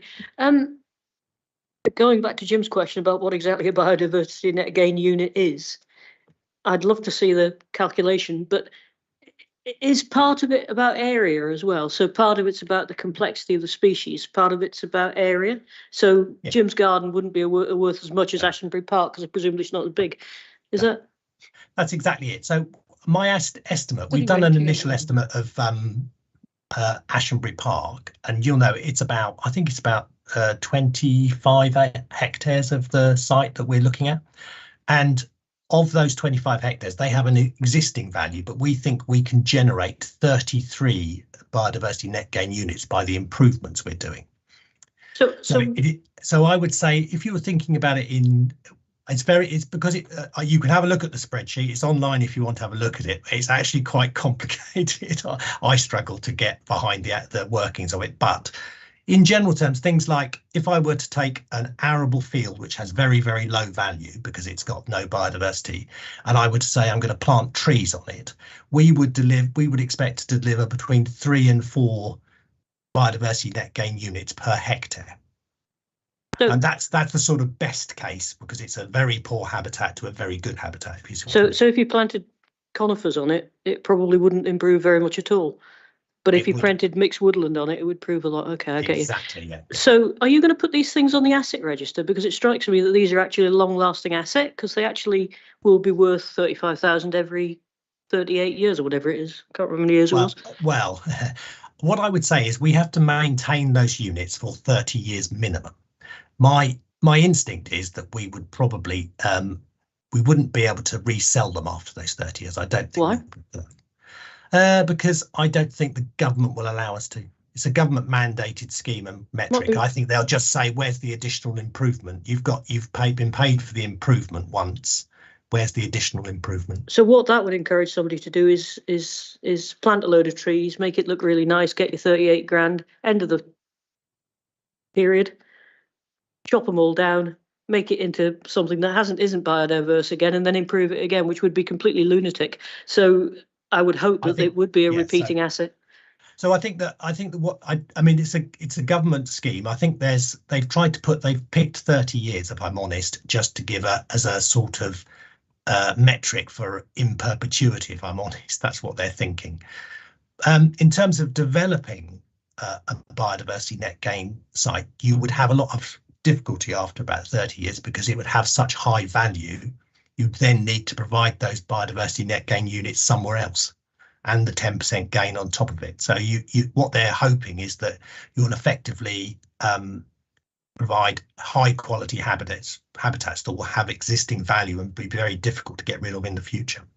So what happens when this collides with the planning policy and the planning, the requirement to have a certain amount of land supply? Because the most attractive thing I would have thought is to cover the whole place in biodiversity, and then you can't develop it.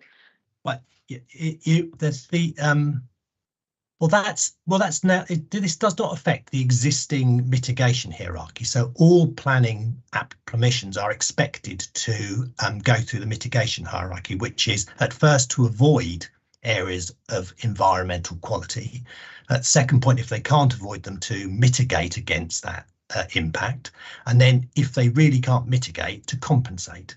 And biodiversity net gain units is a form of compensation, so it's down at that end. So if they can't, they have to go through those other bits first, and this bit is for the residual bit where they can't avoid all those impacts, and this is the bit where we compensate.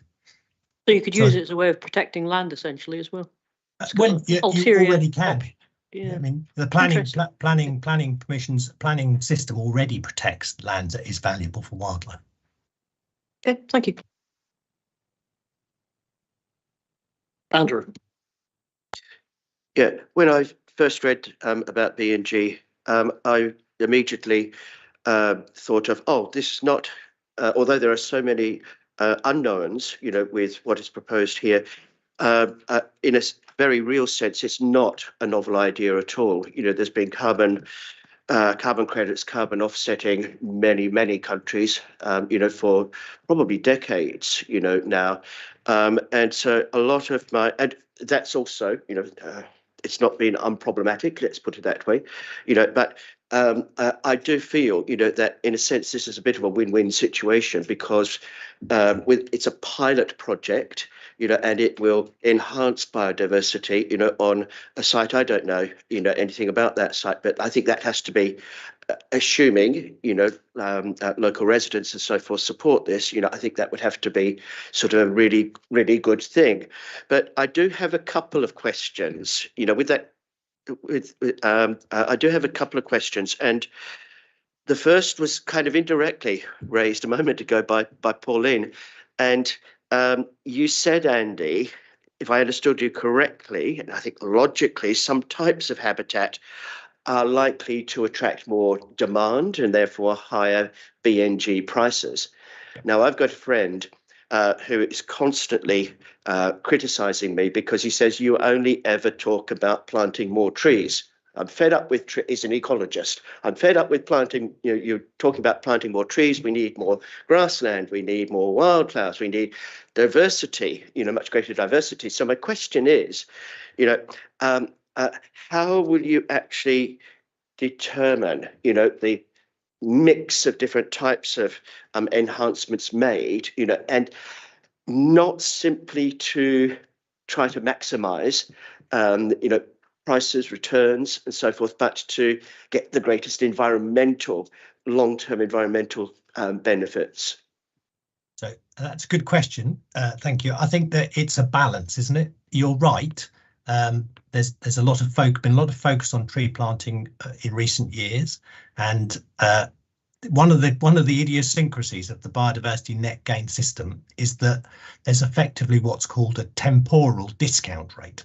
Now that's getting very technical, but what it means is that if it takes a long time to create a habitat, when you first sell it or when you first create it, its value is discounted because of that temporal dislocation. Now, that happens to apply to woodlands more than it does to wildflower meadows. So if we were going to maximise the returns at Ashenbury, we would just plant it all with wildflowers. That would make more sense in terms of the overall returns. But I think we have to balance the council's aspirations to plant 170 hectares of land with new woodlands. So we will look at a combination. Now, at Ashenbury, we're going to be driven a little bit by what's acceptable in terms of the cap to the waste site as well. So it may be that once we do the investigation that we are restricted from planting some parts of the site with woodland because of the impact that might have on the clay cap on the waste site.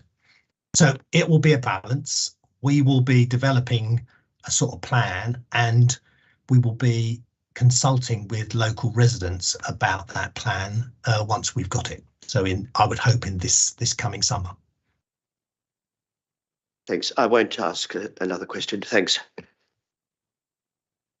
Norman. Thank you. 2 or 3 questions sort of wrapped up. How does this requirement for the biodiversity net gain differ from what developers had to do previously? How does it relate to SANGs, for example? And thinking of the financial aspects, I mean, if you say you're probably getting 4 units per hectare, I think you said, then actually that's, for a developer, that's not very much money for a quarter of a hectare compared with what they can put houses on somewhere else, for example. So I can understand why developers might be interested in it, but isn't it just a bit of a cop-out as far as the developers are concerned?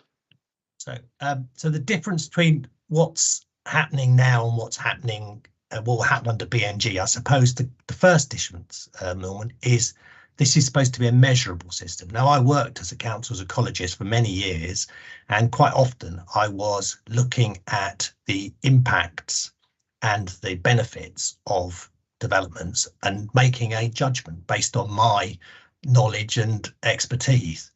And that's I suppose works if you've got a good ecologist with good judgment. Not everyone does, and I would say that I didn't always get those judgments right.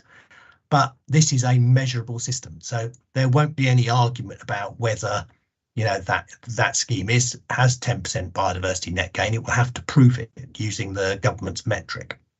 How it relates to SANG, that is quite a difficult question. SANG is a form of offsetting as well, and there is still a bit of a discussion around the fact that SANGs can include biodiversity net gain units as well. So there might be, when we develop a new strategic SANG that we will be looking at soon, that we might actually have a price for SANG alone, SANG and biodiversity net gain, or biodiversity net gain alone. So there might be a case, it's what's called in the business stackability. In terms of, is it a cop-out? Again, it doesn't change the level of protection that existing habitats receive through the planning system. So it doesn't mean that, for instance, just because we've now got biodiversity net gain, you can go and, you know, plough up wildflower meadows willy-nilly, or local wildlife sites, or ancient woodlands. Those things are still protected. This is to deal with the residual biodiversity net loss that goes on, you know, we build houses on what we call greenfield sites. You know, much of Shinfield West, for instance, is actually built on arable fields, which, because they were very intensively farmed, had very, very little biodiversity. But, you know, it's that kind of biodiversity loss. There is some biodiversity loss there, but we haven't been really looking at it because it's not protected. So that's the difference now, I think, Norman, in terms of, is it a cop-out? I don't think it's a cop-out. I think it's making sure that developers actually address some of the sort of general habitat decline that's going on in the country. In terms of costs, I still think it's a market rate, effectively. There will be, you know, it needs to be attractive. The system needs to be attractive in terms of price to private landowners, because if it isn't, the only people who would be supplying biodiversity net gain units will be councils, you know, especially where we already own the land and don't have to purchase it or anything like that. Does that answer your question? Yes, I think it does. Yeah. And just a further one, is there any thought of checking that, you know, 5 years down the line, 10 years down the line, is there any official reporting back, or is there any checking on that? Yes, there is. So there's two things. The government is going to set up a register of biodiversity net gain units. So they will actually be on a national register and publicly searchable. And the other side of it is, as a planning authority, we will expect to see regular update reports. It's a requirement of delivering those net gain units that you submit regular reports to the planning authority to check that those biodiversity net gains have actually been delivered. It's a bit unclear about how regularly at the moment. The regulations themselves have not been published yet, which will have that detail in, but we expect over the 30 years that each scheme should have to produce about 8 reports. So it's that every couple of years, but it might be that there's more frequent reports at the beginning. Does that make sense? So, yeah, it does. So the onus would be on the developer to produce those reports, not on us as the provider of the site. So, I mean, we'd have to be involved. We'd have to be involved probably, but it's not it wouldn't be our report. Well, that sets up quite an interesting question, actually. That we are talking about two different roles here. So we have a role as a regulatory authority through the planning system, which will regulate developers delivering biodiversity net gain units. Their units will be a combination of on their own sites and third-party land. Now, some of that third-party land could be the councils, but I am talking about a project where we are actually the provider of biodiversity net gains. We won't be the regulator of these, or I won't be the regulator of these. Our ecologist will be in the planning team. So we will have to provide monitoring reports on any units that we actually deliver and derive an income from. but that's why we'll get that income and it should cover that cost. Okay, thank you. Andy. Thank you. I mean, when I saw the heading for this, I thought, oh, biological net gain, everybody likes that. And then the more I hear about this, the more I think it's a terrible idea. I'll sort of start from the bottom of my list. I mean, first of all, the way it's been presented. So we're expecting us to sort of approve this. We're expecting the executive to approve this. And then we're going to ask the people in Woodley via a consultation what they think of it. Isn't that the wrong way round? I mean, there are enough trust issues between the council and the people at large without putting something like this through the executive and then going to a consultation to say, we've decided this, what do you think about the details? It's just the wrong way to do it, I'm afraid, Andy. If we were to run, if this scheme had been in place, say 10 or 15 years ago, and we had all the houses coming in to say, use the example of West Shinfield, under this scheme, the houses or the development in West Shinfield would have been compensated for by the loss of parkland in Woodley, and surely we want to keep, as we do with the Sands, we want to keep our greener spaces close to the developments that have generated the requirement for Sands and for biological the net gain. So what we're saying is that there's a future, say the south of Wokingham one, that will go through, and developers there will say, well, we'll buy a bit of Ashenbury Park, and the local people won't get any benefit from it, and the people in Woodley will be losing parkland, because parkland is important. I appreciate biologically it's a desert. I mean, it's probably as bad as a field, but it is useful for the people in Woodley, isn't it? So just on the Ashenbury Parks, so there is no loss of parkland, no loss of access to it. The bits that we are talking of enhancing, Andy, are the bits that are where the grass cutting regime has already been reduced. So they're not gang mown bits of short grass where you can kick a football about. They're already the bits that are quite wild. The bit that's gang mown where you can have a picnic or kick a ball about are going to remain like that. Okay. And hence that's why we think it's rather uncontroversial. What we're effectively saying is those areas of long rough grassland, we're either going to put some trees in or we're going to replant them as wildflower meadows. Yeah, but isn't the whole long grass thing, that's a fairly recent thing, isn't it? That so it's very in the last, it's only the last 4 or 5 years, isn't it? We've not been shaving all the lawns. Yeah, but we've not had complaints about it, I suppose. That's the well, as far as I'm aware, anyway. Honestly, not in Ashenbury particularly. I would say there are other places. Yeah, that's fine. Yeah, what I would say in terms of the I gave Shinfields as an example of how biodiversity net gain works. In actual fact, we would expect the strategic development sites to consume their own smoke.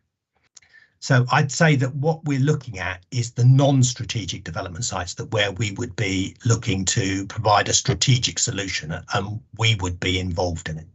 It's not in effect, Andy, what we're saying is that we've got some land where we can do some enhancements to the biodiversity of our parks, and we're not talking about changing play areas or heavily used bits or sports pitches. We're actually talking about areas which are suited to this, like Ashenbury could be, and effectively getting an income from developers to make those changes. So funding all that work, funding the management of it for 30 years, and in some cases giving us a bit of a return on that as well. And that money could be used for whatever purpose we want it to be used. But why don't we just insist the developers demonstrate the net gain in why don't we insist the developers have their areas of net gain close to the actual developments? Because we couldn't do that. That's not allowed in the planning system. But they have to prove that they're providing net gain. So how are they going to do it?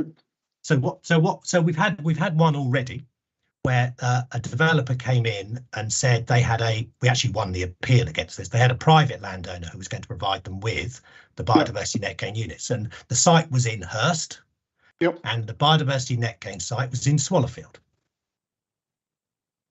and if the only reason we won the appeal is that they couldn't get the landowner of the biodiversity net gain site to sign the 106. Yep. So in essence, if they had had that in place, we wouldn't have been able to object to it, and we would have lost an appeal on that point. So the system says, the National Planning Policy Framework says that a developer must deliver at least 10% biodiversity net gain. It does not specify how we can do that. Yep. It is possible, but it's an expensive way of doing it. You can actually buy biodiversity net gain units outside the borough if you want to. Yep. That will be something that could be a reality in the future. It's trying to give a bit more of a strategic approach, because sometimes individual sites deliver a small amount of biodiversity net gain. In biodiversity terms, it's often better to pull that together and deliver the net gain in one location where you can maximise the actual benefit and benefit more species as well. Okay. So then my last point is about the wording of the recommendation. I guess this is more for the chair and for Neil, because I'm pretty sure in the last meeting we said that the purpose of this committee is not to recommend things to the executive, and so the wording of what we're being asked to do is problematic. And I would like, whatever the outcome, I mean, I would still like to talk more to Andy about this to get the reassurances about my concerns. But I think in terms of the basic output from this meeting, it can't be a recommendation to the executive. And I am really worried, Andy, about if we go to people in Woodley and say, this is our plan, you'll get people saying the same as me, and you run into a wall of opposition before you've had, the consultation needs to come first. It does. We can't be telling people what's going to happen. Totally agree. David first. Thank you. Sorry, you're on this. 2 points, Chair. The first one point was exactly what Andy's just said about being consistent from meeting to meeting. If we're not making recommendations at the last meeting, we shouldn't be doing it at this one. But on the broader point, we've had a really interesting sort of presentation there from Andy. This is a new subject, I think, to quite a lot of us in the room. I think if we were to go from here and try and explain what biodiversity net gain was to our colleagues, we might be struggling. And yet it's going to be very important, because this is going to come up time and again, particularly at the planning committee, I suspect, and I'm certain.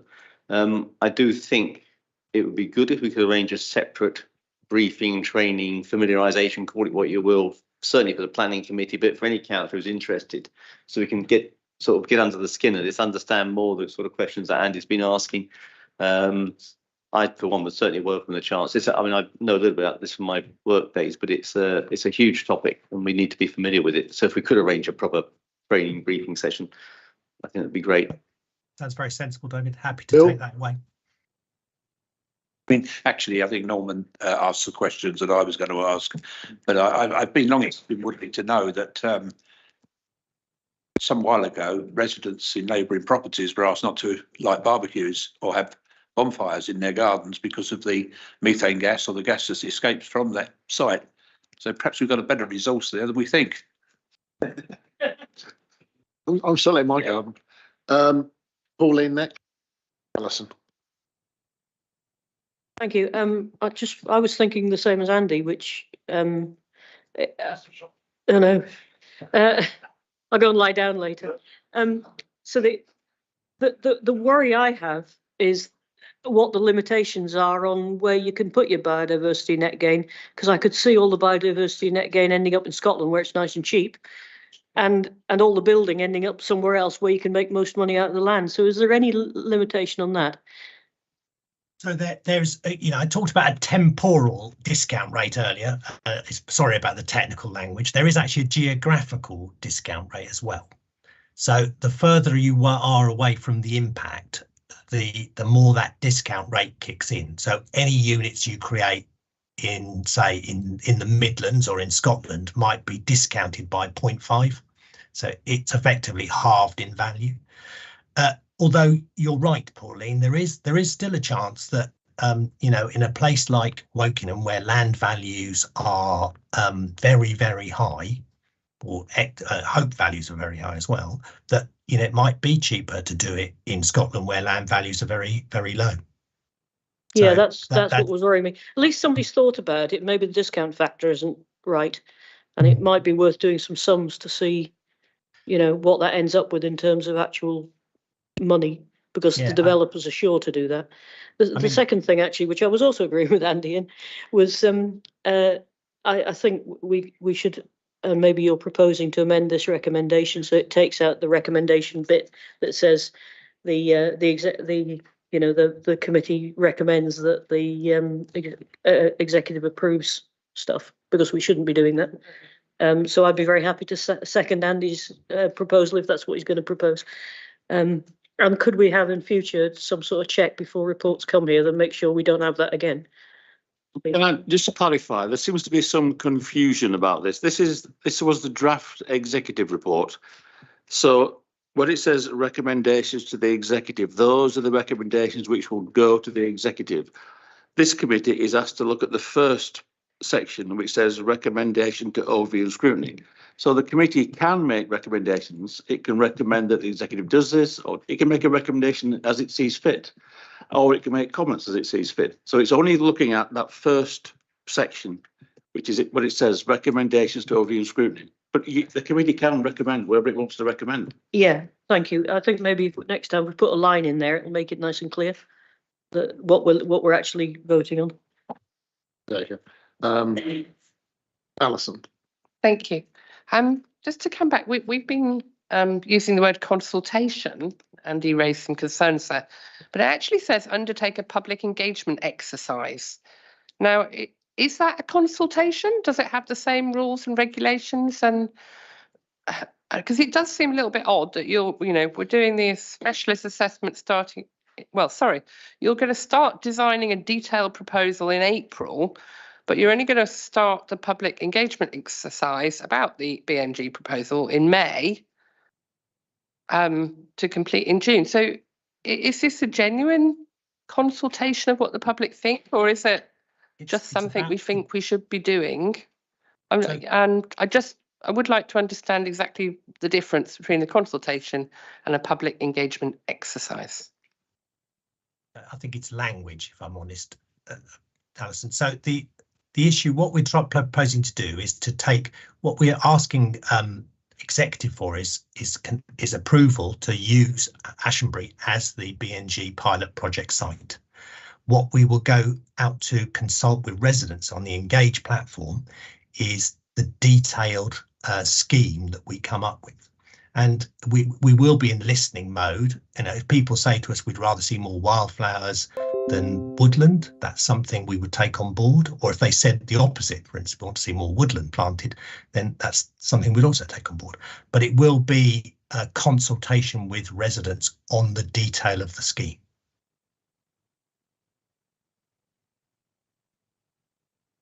So it's going to be simultaneous while you're designing it. You're going to keep reading, daily what people are inputting, their feedback, so you can make changes. Because you're designing April to July, and you're having the public engagement exercise May to June. Yeah. So the design process. First of all, we'll come out with a draft scheme, which we will consult residents with. Once we have the outcome of that consultation, we'll then do the final design of that scheme in light of those comments. Does that make sense? The design process runs across the consultation process for that very reason. Yeah. Okay, thank you. Yeah, just following up on that point, I think this shows us the limitation of consultations, because for a start, you've got no chance of explaining what BNG units are in a consultation. And secondly, if we put out a consultation that says, would you like woodland or would you like more wildflowers? And a Facebook community group pops up and says, actually, what we want is more football pitches. And then we ignore it. We've been here before. And I really do think that we're all guilty of it. We bandy around consultations to mean what we want them to mean at any one given time. And I think we need to be sitting down as a sort of cross-party group saying, actually, what do we mean by consultation? What are we expecting back? And how should we guide residents to understand it and approach it? Because otherwise we just drag ourselves into disrepute. I don't think that's a good outcome. Stuart? Yeah, Andy, I listened to this with some interesting. All the comments that have been said here. It strikes me this is just a fancy word for a new way of taxing a developer. And you've got SANG, then you've got the Thames Valley Heath. Yeah, it's just a fancy name that sounds like you're doing something really sexy in the community to help the biodiversity. Yeah, I mean, it's a masterstroke by whoever thought this out, if it really works, because yeah, pretty Michael go. That's where he doesn't do any other stuff. But it's a great idea because it sounds great. Whereas where you've got to give us some money because we've got these ground nesting birds in Brams Hill. You know, this is, I think that the public are going to just think, well, poor old developers. Oh, but what a great idea! Like net biodiversity gain, fantastic. Let's sign up for that. Don't you think that's what this really is? I think it's a similar approach in terms of the Thames Basin heaths that you're rightly pointing out. It's a similar. It's not I wouldn't call it a tax on development. I would say it is a levy on development that is for a specific purpose. And that levy is about biodiversity net gain. I think Andrew was quite rightly pointing out, this is not a new idea. It's a new idea to the UK, but it's the kind of thing that's been running in other countries like the States for, as I say, 10, 15 years, and very successfully. As a way of sort of, you know, it's some, as I tried to say earlier, if you do individual projects on individual sites to enhance biodiversity, yes, they can have some value, but the real value for biodiversity is often scale of habitats. And at least this gives us a way of pooling together those biodiversity net gains into a scalable solution that offers maximum benefits and probably more sustainable biodiversity benefits. My concern is that you can end up here with a community being concreted over and another community in the same area having huge wildflower forested but very, very clean living area, and developers, landowners with large pockets will just buy bits of land and turn around and say it's now a biodiversity net gain area and completely concrete over other communities with no benefit whatsoever. I think that's a real concern.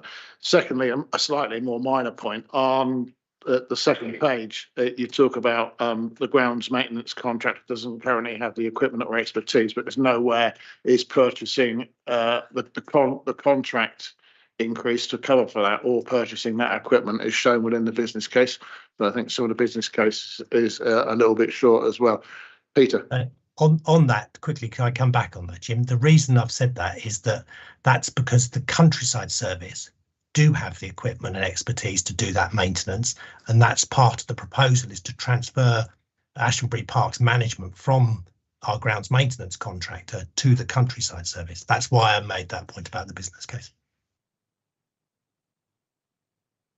Just a question about timescale. So if the land is not marked or graded for its biodiversity right now, we put a lot of effort into making it biodiverse and it gets all nicely biodiverse, and then it's graded, you've then just wasted time, or you just wasted the money. So I don't understand the timescales. Sorry, I'm not sure I understand the question, Peter. So the question is, at the moment we've got a piece of land which has just got a bit of grass on it, just no biodiversity value. So it's got a high net gain. So we put a lot of investment into it, and actually 2 years time we've got a really nice flower meadow or whatever there. When is it going to be graded for the gain? If it's done in 2 years time, we've actually Now you've pulled that. That's a technical part of it. In order to register a biodiversity net gain unit, you're going to be required to do an initial assessment of the site pre any works. So as part of this project, as part of the design process we go through, we will do the initial BNG assessment. We will run this site through the metric tool and come up with a current score. And therefore, once we've got that and that's approved and it's done in the proper way, we can then sell any BNG units we produce over and above that level. Does that Okay. answer your Yeah, that's question? fine. Thanks. Yeah.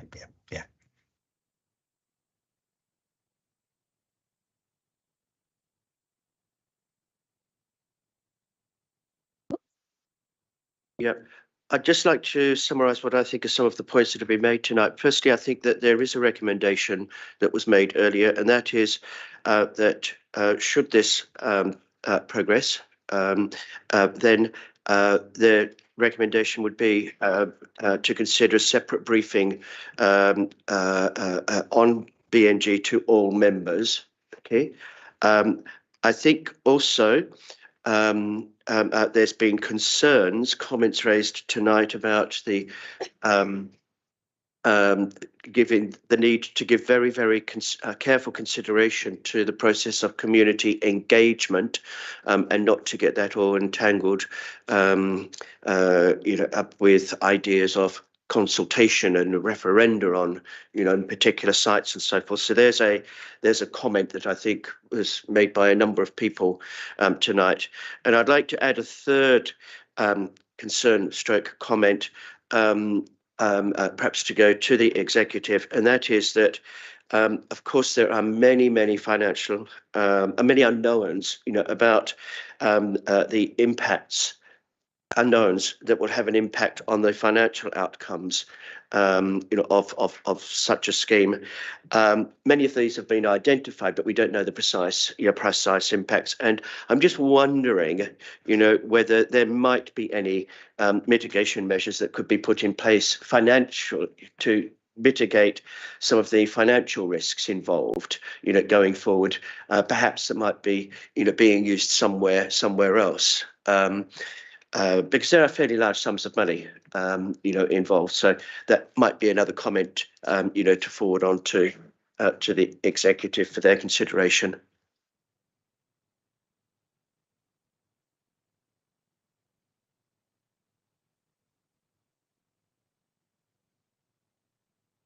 Sorry, so in one of the recommendations to the executive is that we delegate the authority about future sites, and the report talks about perhaps another 20 sites. So what we're being asked to delegate the authority, and so there's no say from any councillor. There's no sort of guarantee of any future consultations, because although you've said quite clearly that there'll be no loss of parkland, that isn't mentioned in the report. And it's still a concern to me that the future sites will be basically other parks, and there is that risk. And we are in danger of delegating away our parkland if we're not careful. That's my first point. So the delegation, Andrew, before you go on, the delegation is around the financial delegation to allow additional expenditure, and it's to do with what I'm thinking is I create 33 BNG units, but there's a chance, for instance, that they got sold in the first year. I mean, literally sold in the first few months, and we would then be scrabbling around, waiting till either putting another exec report through or waiting for the next medium-term financial plan to secure the additional capital funding. And if there is a massive demand, then I would want the ability of the director and Graham to bring forward another project in short notice. That doesn't mean we would skip all the consultation with local members and local communities on the detail and the selection of that site, but it's just the financial stuff we're delegating. Okay. Sorry. So I would like to make one proposal about the recommendation of the executive, that the executive consults first, and that the scheme is not taken to that stage where it's seen as a done deal, because people are sick of it. They're sick of being told what's going to happen, and I think we underestimate their attachment to parks. And if the first thing I thought is we're going to lose Ashtonbury Park.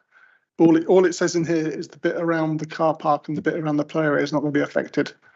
I really do think that needs to be a recommendation to the executive. I'm sorry, Andy.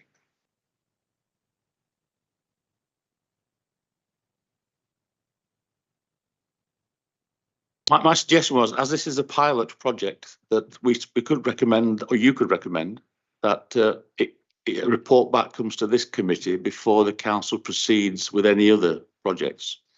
but it's the executive which will make the decision. You know, we've been asked to make a recommendation to the executive, and that's my recommendation: is they don't upset people with what could be a very good scheme. But we need to take people with us, otherwise there's going to be a Save Ashenbury Park Facebook campaign going on. Sorry, Andy. I'm sorry. No, That's my job. Yeah.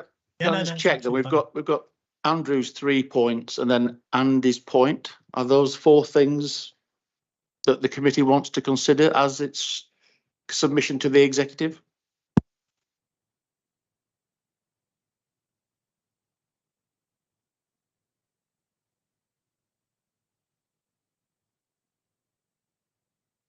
So Andrew's points were there needs to be a briefing for all members on BNG. Secondly, the community engagement piece needs to be clear, setting out exactly what we're doing in terms of consultation. And thirdly, we need to clarify with the executive that there are potentially unknowns in terms of the financial outcomes arising out of this. And then the 4th point is the point that Andy just made.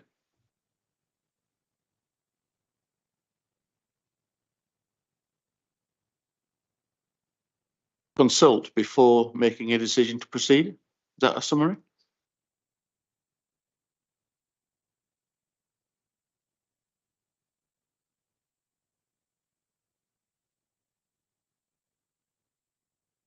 They're the recommendations, but I think some of the comments that have gone on in discussion about the concerns of having one area concreted over and the community benefit going somewhere totally different. I think that's a significant concern, including as far away as Scotland. I had one other question, actually. Could developers count converting arable land into gardens as biodiversity net gain? Because gardens have more biodiversity than arable land does when it's intensively farmed. And is there a risk around that as well? Yeah. I don't think there is a risk around that. I don't think you can count gardens. I think gardens are excluded from biodiversity metric. Not existing garden space. So if existing garden space had biodiversity value, then that would be counted, but the new gardens created wouldn't be counted as part of a positive. Could a farmer stop farming a field and plant wildflowers in there?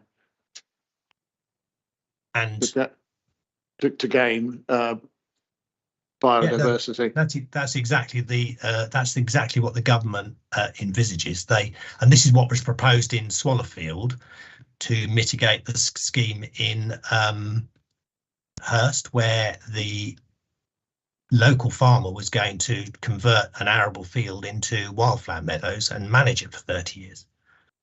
And that's exactly, but he was going to be paid by the developer to do that. That's effectively what. The only difference in that case is that we had no idea of what that agreement contained because it was a private agreement. In this case, we would be a signatory of the 106 and know exactly what we were doing. A final recommendation, Andy, which I hope will be very easy. Perhaps if the report which goes to the executive includes a map showing on Ashenbury Park which bits are being considered, because if you tell me what, I've got no idea how much a hectare is.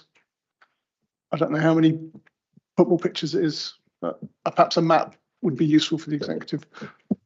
Okay. I think it's fair to say that as a committee, we're slightly concerned. So I was choosing my words carefully. Right. So we just go through the recommendations and the comments from Neil, and then we'll have a show of hands at the end.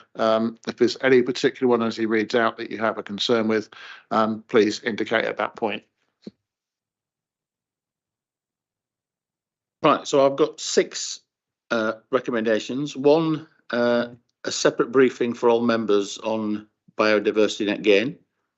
2, clarification on exactly what the engagement / consultation will be. 3, highlighting the potential financial outcomes and the potential unknowns arising through this process. Yeah, just on that one, sorry, my point on that one was that there are these financial unknowns about some of the financial outcomes, but I'm just wondering whether there are any mechanisms that might be being used elsewhere in similar kinds of schemes, that could help to mitigate some of those risks. So that's the question there, that be explored. There may not be, I don't know, but yeah. Okay. Then fourth, that the consultation should take place before decisions are made to go ahead with the pilot. Okay, now is that a recommendation or a comment?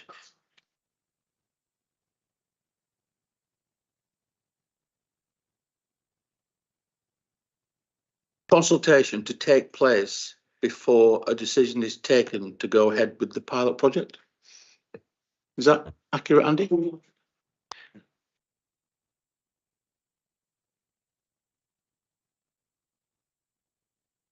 Because of the schedule for wildflower planting, and is that going to make it very difficult?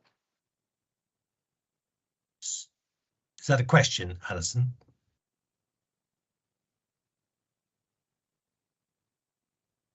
Andy, have you got a comment on that? I think the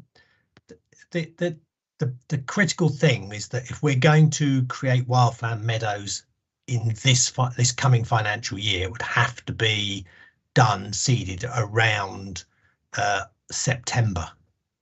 And that doesn't mean that we couldn't do a consultation on we could do a consultation on the detailed design and in principle at the same time, I suppose. We could just add a question into that consultation that says, are you happy to see this scheme go ahead? But which could be within that design process, as long as but we'd have to have approval effectively for the expenditures to start some of the design work before then. That's the only thing that would delay us. I think my intention is there's consultation before there's any commitment. Okay, we can't let people think that they're being railroaded into something, and I guess just getting to choose between trees or flowers, or different types of flowers. People need to be consulted before it starts. Otherwise, I think it's not a consultation. So for me, it's a recommendation. If other people don't want it to be a recommendation, then that's fine. But just go back to, I feel that the fact that it's called public engagement exercise, engaging is talking to people, and it can be one-way communication, consultation very much is, we want to know what you think and we're going to take it on board and share it. So that's what makes me just alarm bells that in fact it wasn't called a consultation. Public engagement exercise makes it sound like big comms exercise to tell everybody what we're doing. So let's not use the word consultation, because they're not using the word consultation. But I think we should have a recommendation about but if you're going to do a consultation, you have to have enough time for lots of people to know about it, to take. You can't do it in a short time frame. And like Andy said, we're not just talking about people in that ward. It is all of Woodley and the wider borough.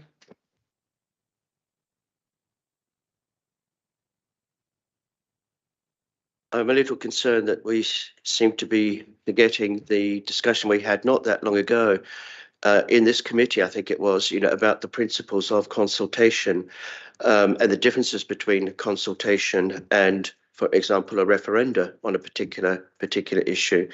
Now, I just raised that point. And the other point I would make is that BNGs are going to go ahead. It's this national policy, yeah, and if the council chooses not to use some of its land, to participate, in a positive, carefully considered manner, there will be others, other landowners, in the borough who will do so and who may not, have take as much care or have as much concern for the interests of our community, as our council will have. So, I think we do need to be very careful before reaching any or making any recommendations or suggestions, that could hinder this opportunity. Just to sort of reply to Alison, really, the just because the document doesn't use the word consultation doesn't mean that we can't use the word consultation. And it may be local people are very, very supportive of it, but we need to give people the chance to say what they think about it. And they might like it, they might love it, they might think it's the best thing since sliced bread, but they might hate it. But we have to, people are sick of being told what's going to happen and not being given a real say in it. And we should do that. We've got a chance here. The executive doesn't have to accept our recommendation. If the executive wants to kick it out, they can kick it out. So my thought is, in terms of the comments about the time frame here, rather than making it a recommendation, could we say that officers consult with this members of this committee about the consultation process? Then we can actually really understand what the time frames and the difficulties are, rather than making a recommendation tonight without knowing that full detail. A year doesn't make a difference, does it? It doesn't make a difference. Not for this. I think I'm happy to. What if we want to go to a vote on it? I want it to be a proposal.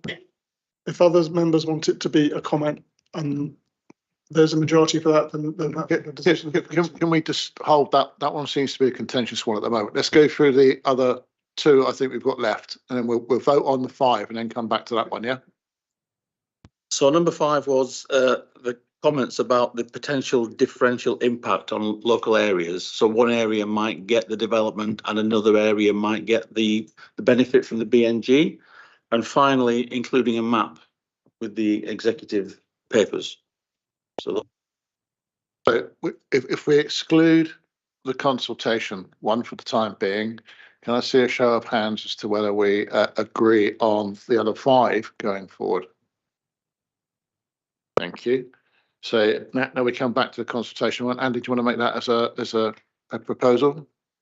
And we'll see if we get a second. I would like to make it as a proposal, yes. So,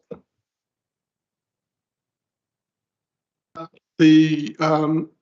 the council, the officers consult with residents before the decision is taken to go ahead with the scheme. So I think the devil is in what go ahead with the scheme means. The pilot. What I'm understanding is that It's going to affect it. what I want to understand is what you mean by go ahead with the scheme. So I would be very happy to second it if you were suggesting that a consultation happened before we decided to do it and before we decided where we were going to do it.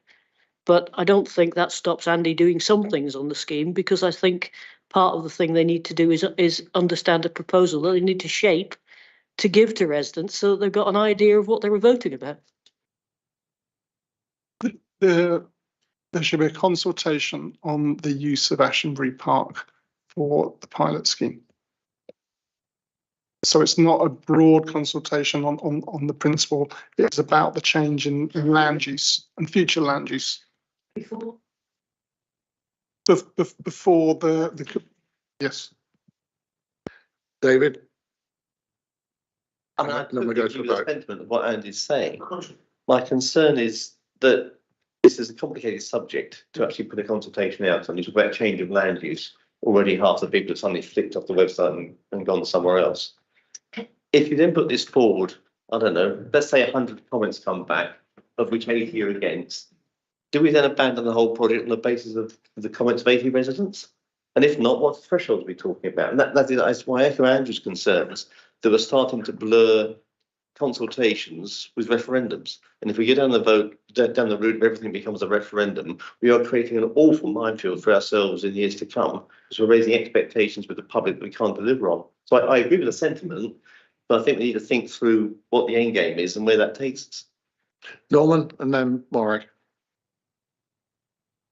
I think I'm probably saying much the same thing as David and Pauline in a sense, but to go out for a consultation, you need to be consulting on something.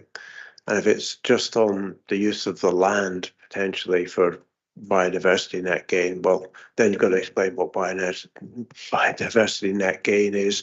People will ask what that means. So in the end, you end up having to do a reasonable amount of design work to be able to go out to consult with people. So I think it's fair to say that, you know, you can't just consult at the start. You need to have done a fair amount of work before you consult on something. So I just got that sort of thought of caution there.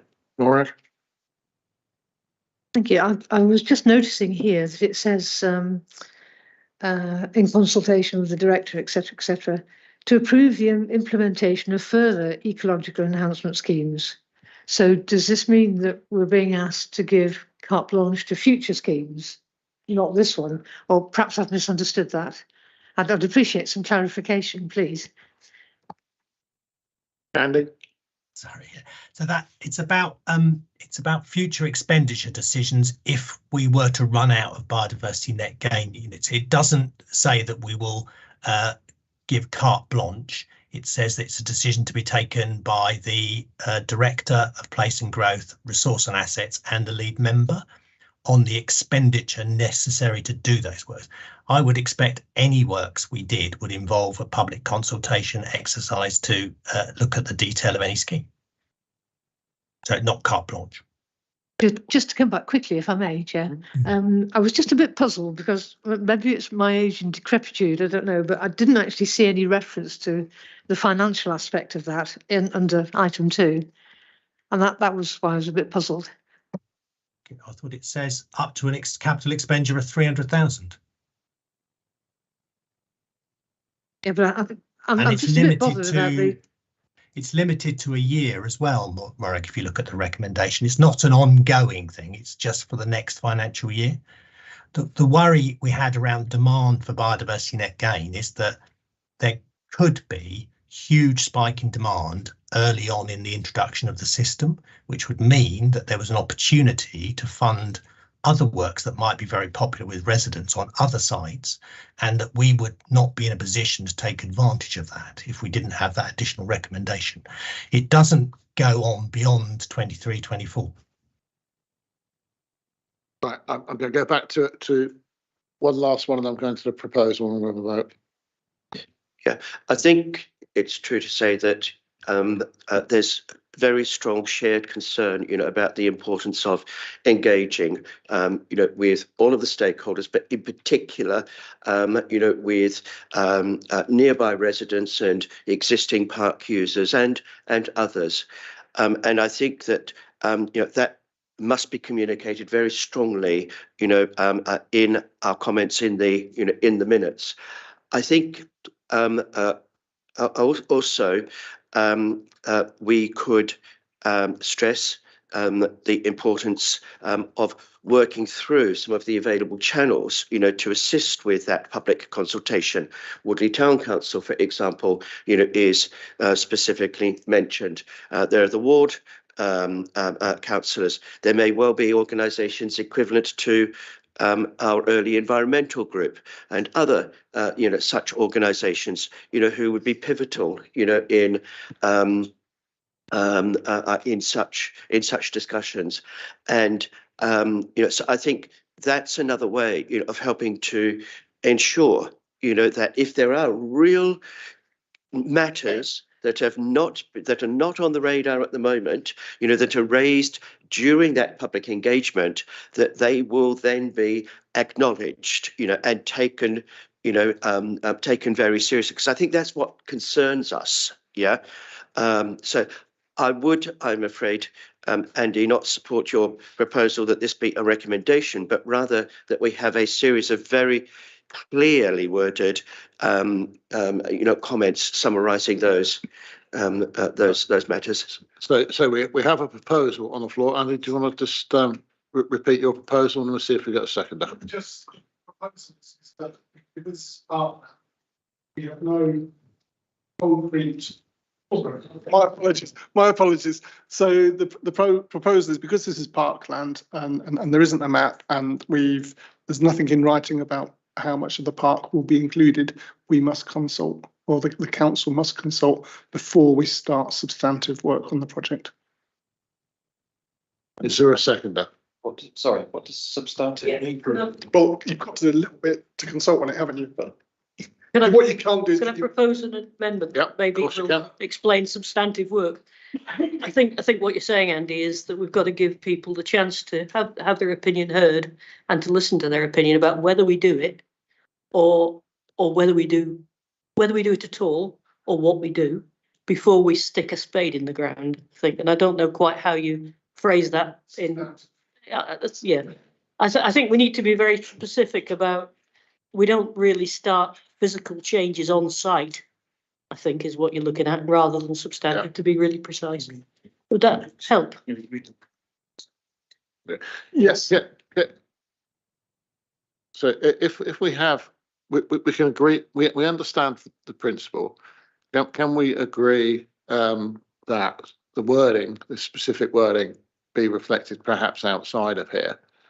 But can we vote on the principle of that to say that that's what we want to put forward? So if we've got a. So I think the question is a recommendation. So are we saying this is a recommendation or a comment or a comment?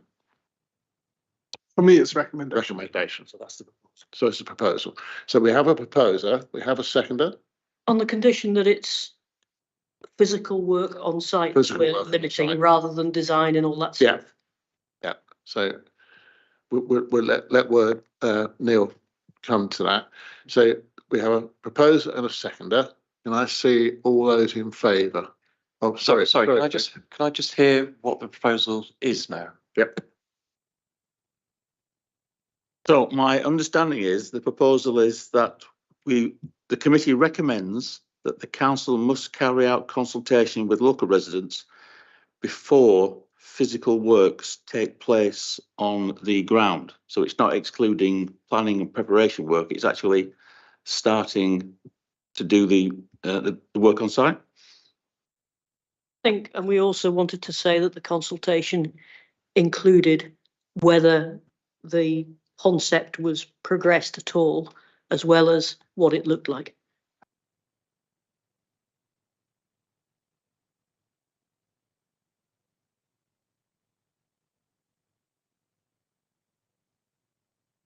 No, it doesn't. It doesn't. Just because people give their views, as we've seen several times over the last few months, doesn't mean the council does what they say. We have a proposal. We have a seconder. So I'm now going to come to the vote. So all those in favour of that proposal. Show of hands. 1, 2, 3, 4, 5, 6.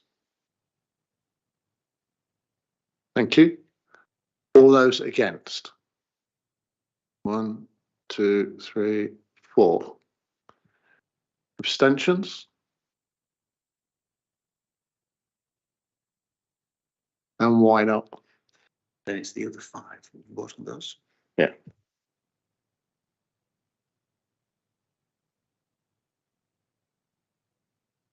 The other 5 recommend. And the other 5, you vote on those. So the other 5 recommendations, I thought we already voted on, didn't we? We did. Yeah.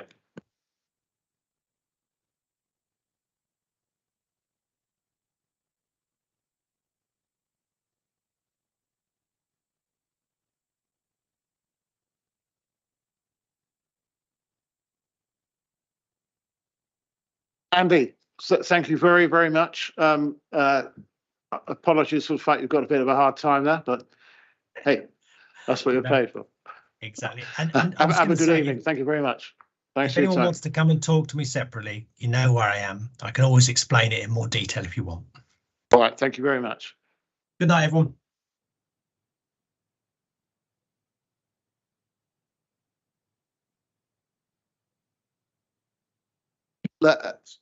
Ladies and gentlemen, I have to give my apologies because my taxi with long leg room is outside.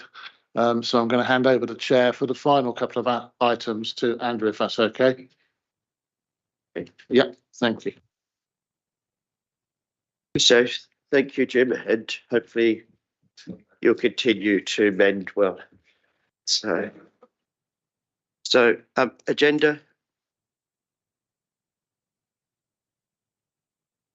Agenda item 10, overview scrutiny work programs for 2023 to 2024. This is from pages 89 to 102.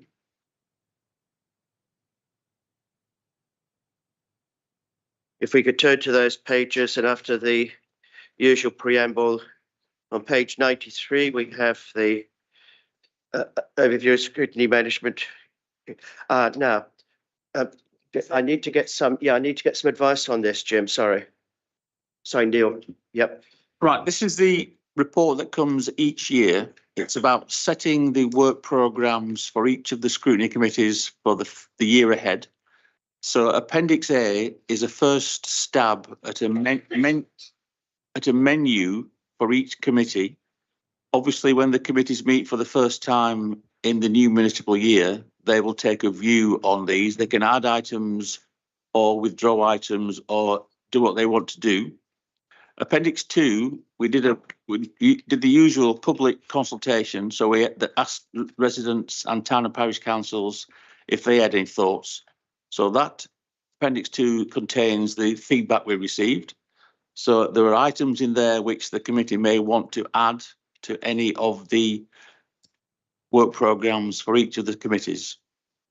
So the key thing is, these are basically just a menu for next year. They can be changed when the new committees start meeting after the elections.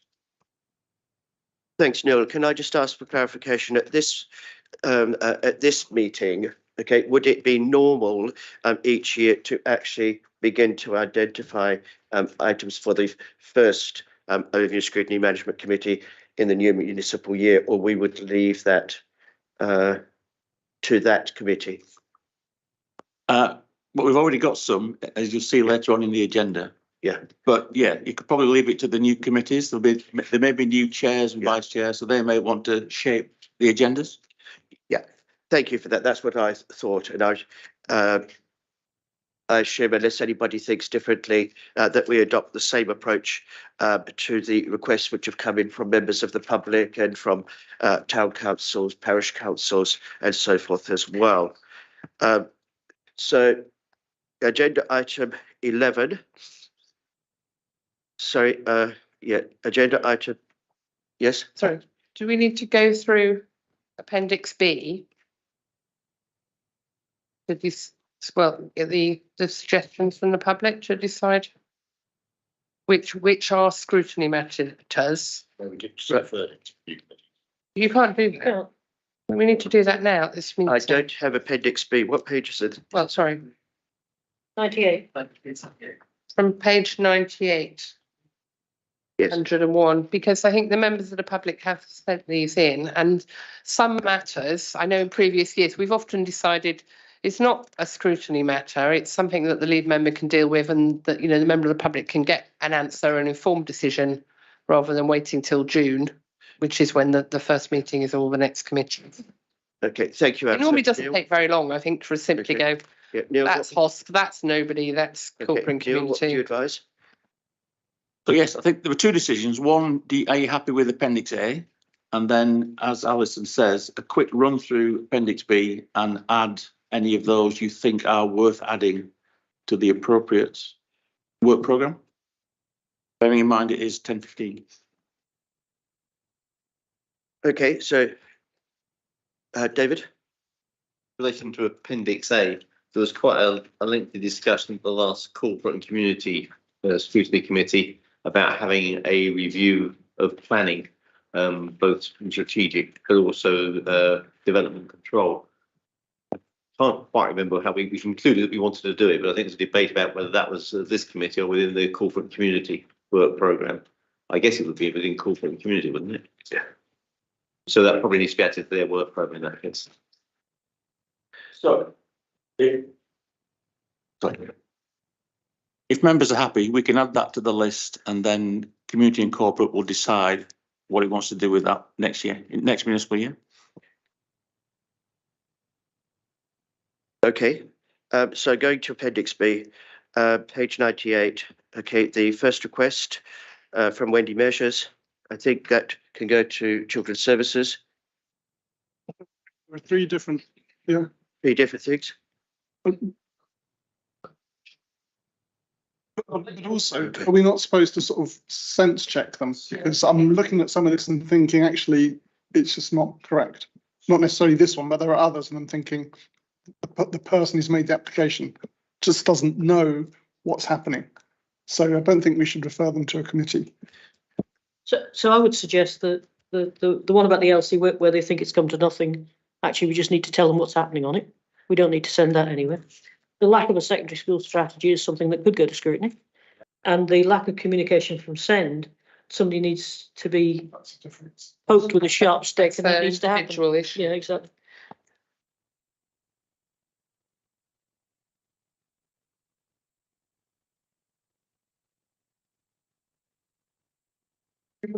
Given the complexity of these, yeah, and the number, is it not something that perhaps the chair could sit down and do outside of a meeting? Because I think there's nothing, either stuff exists or it doesn't exist, or it's a personal thing or it's not a personal thing. I don't think the whole committee needs to decide on all of this. I think they all need to be addressed. Yeah, but I'm not sure if it's a job for them. Yeah. Yeah. They certainly all do need to be addressed, but they also need to be sort of checked, for accuracy and so forth as well. So we've had a proposal from Andy that this be delegated to the chair, vice chair, and officers to divide up as appropriate and to report back to members of the committee, perhaps before actions are taken, before the information is forwarded as appropriate. Is there anybody who would disagree with that approach? No, I'd agree with that, but I'd also like to recommend that all of the residents and the parish councils are formally thanked for their contributions. Yes. Yeah, I think that's really important. Yeah. Thank you.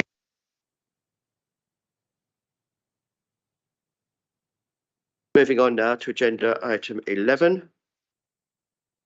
The current executive forward programme. Consider current printed version of the executive forward programme. Should we just go through page by page? So on page 103, any comments, questions? Or I understand the top two items on 134, 1344, 1343 are going to a special exec on the 20th of April. Yep. Do you know anything on page 104? So it's the two neighbourhood plans, one for Fingerhams and one for Twyford. Do you know anything about that, Neil? I think that is correct. Thank you. Okay, anything else on page 104? 105? 106? 7?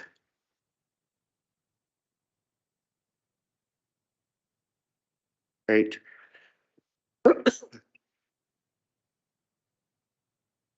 9? 10? 11? And there's nothing on page 112. Okay. Sorry? Thank you. Okay, and then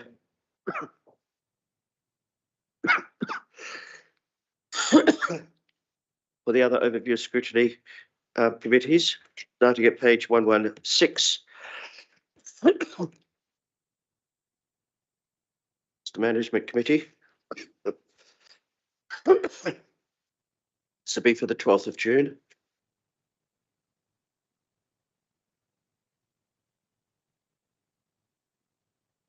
Okay, Children's Services.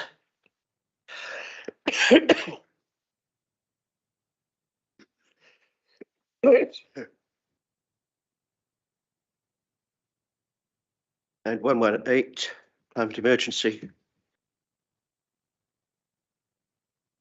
And 109.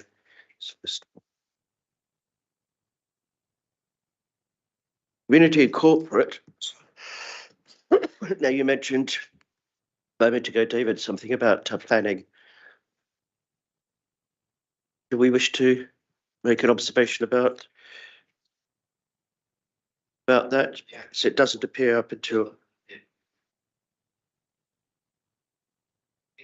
Yeah, I've agreed that we'll include it in the work programme for next year. Yeah. Yes. Sorry, Chair. Just there's one thing about the community and corporate work plan. It's obviously got the budget review in there, and it's been really disappointing this year to see the review that's been done by the corporate and community, which is about the process about how the budget is put together, being conflated with some sort of approval of the numbers in the budget. So there are two separate things. One is the numbers, one is the process, and we see this over and over again. I don't know if there's a way of stopping people from doing that or recommending they don't do that, because it is disingenuous and it's also a little bit dishonest.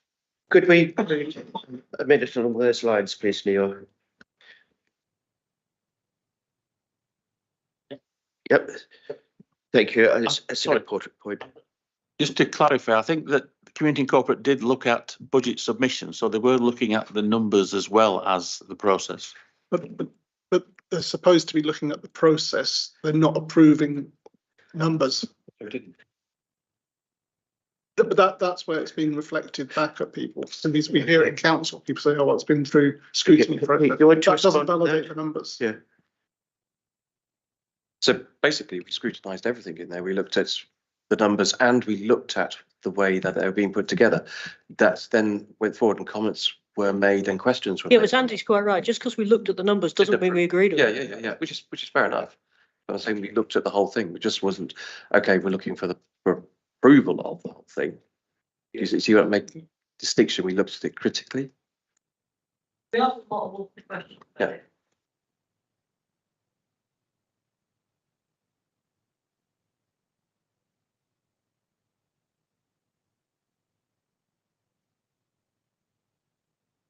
So just to clarify, the role of the committee is to challenge, and I think it did challenge. It's not there to agree the numbers. It's, as you know, it can't agree things. It could recommend things and challenge things, and I think that's the process it went through. The way it's reflected back is because it's gone through committee, it is somehow validated, and going through committee doesn't validate it.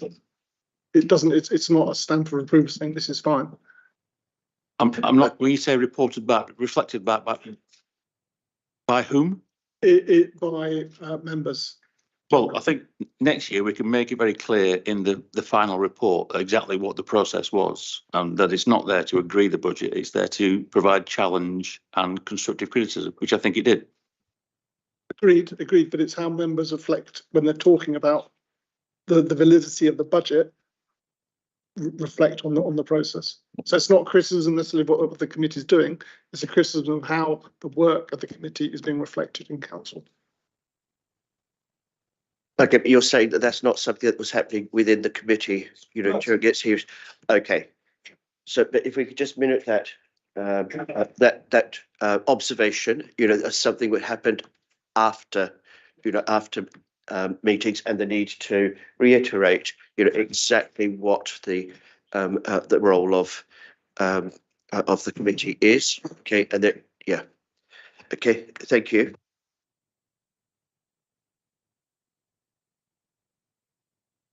One, two, health overview and scrutiny.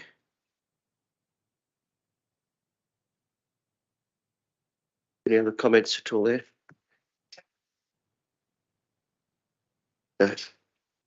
Okay. Thank you. On with everybody else. Yeah. Okay, and agenda item 13, the action tracker. Thank you, Neil and others for keeping this up to date. Page 123, any comments? 24, 25, and 26. Sorry, Andrew, just going back to 124. The Barkham Solar Farm business case. So what page are we on? 124. The item about Barkham Farm solar case says in the update, refer OSMC in principle support for project to executive. And that's exactly what we said we shouldn't be doing, which is giving opinions on projects. And why does that say that in there? Because I don't remember that discussion. It might not have been here but at the time, but we're not meant to be approving projects. And this one looks like it says that in the minutes. Well, that's what the committee decided, and that's what the minutes say, that in principle, the committee supported the project going ahead. So that's what the decision was on the evening. So I think that's accurate.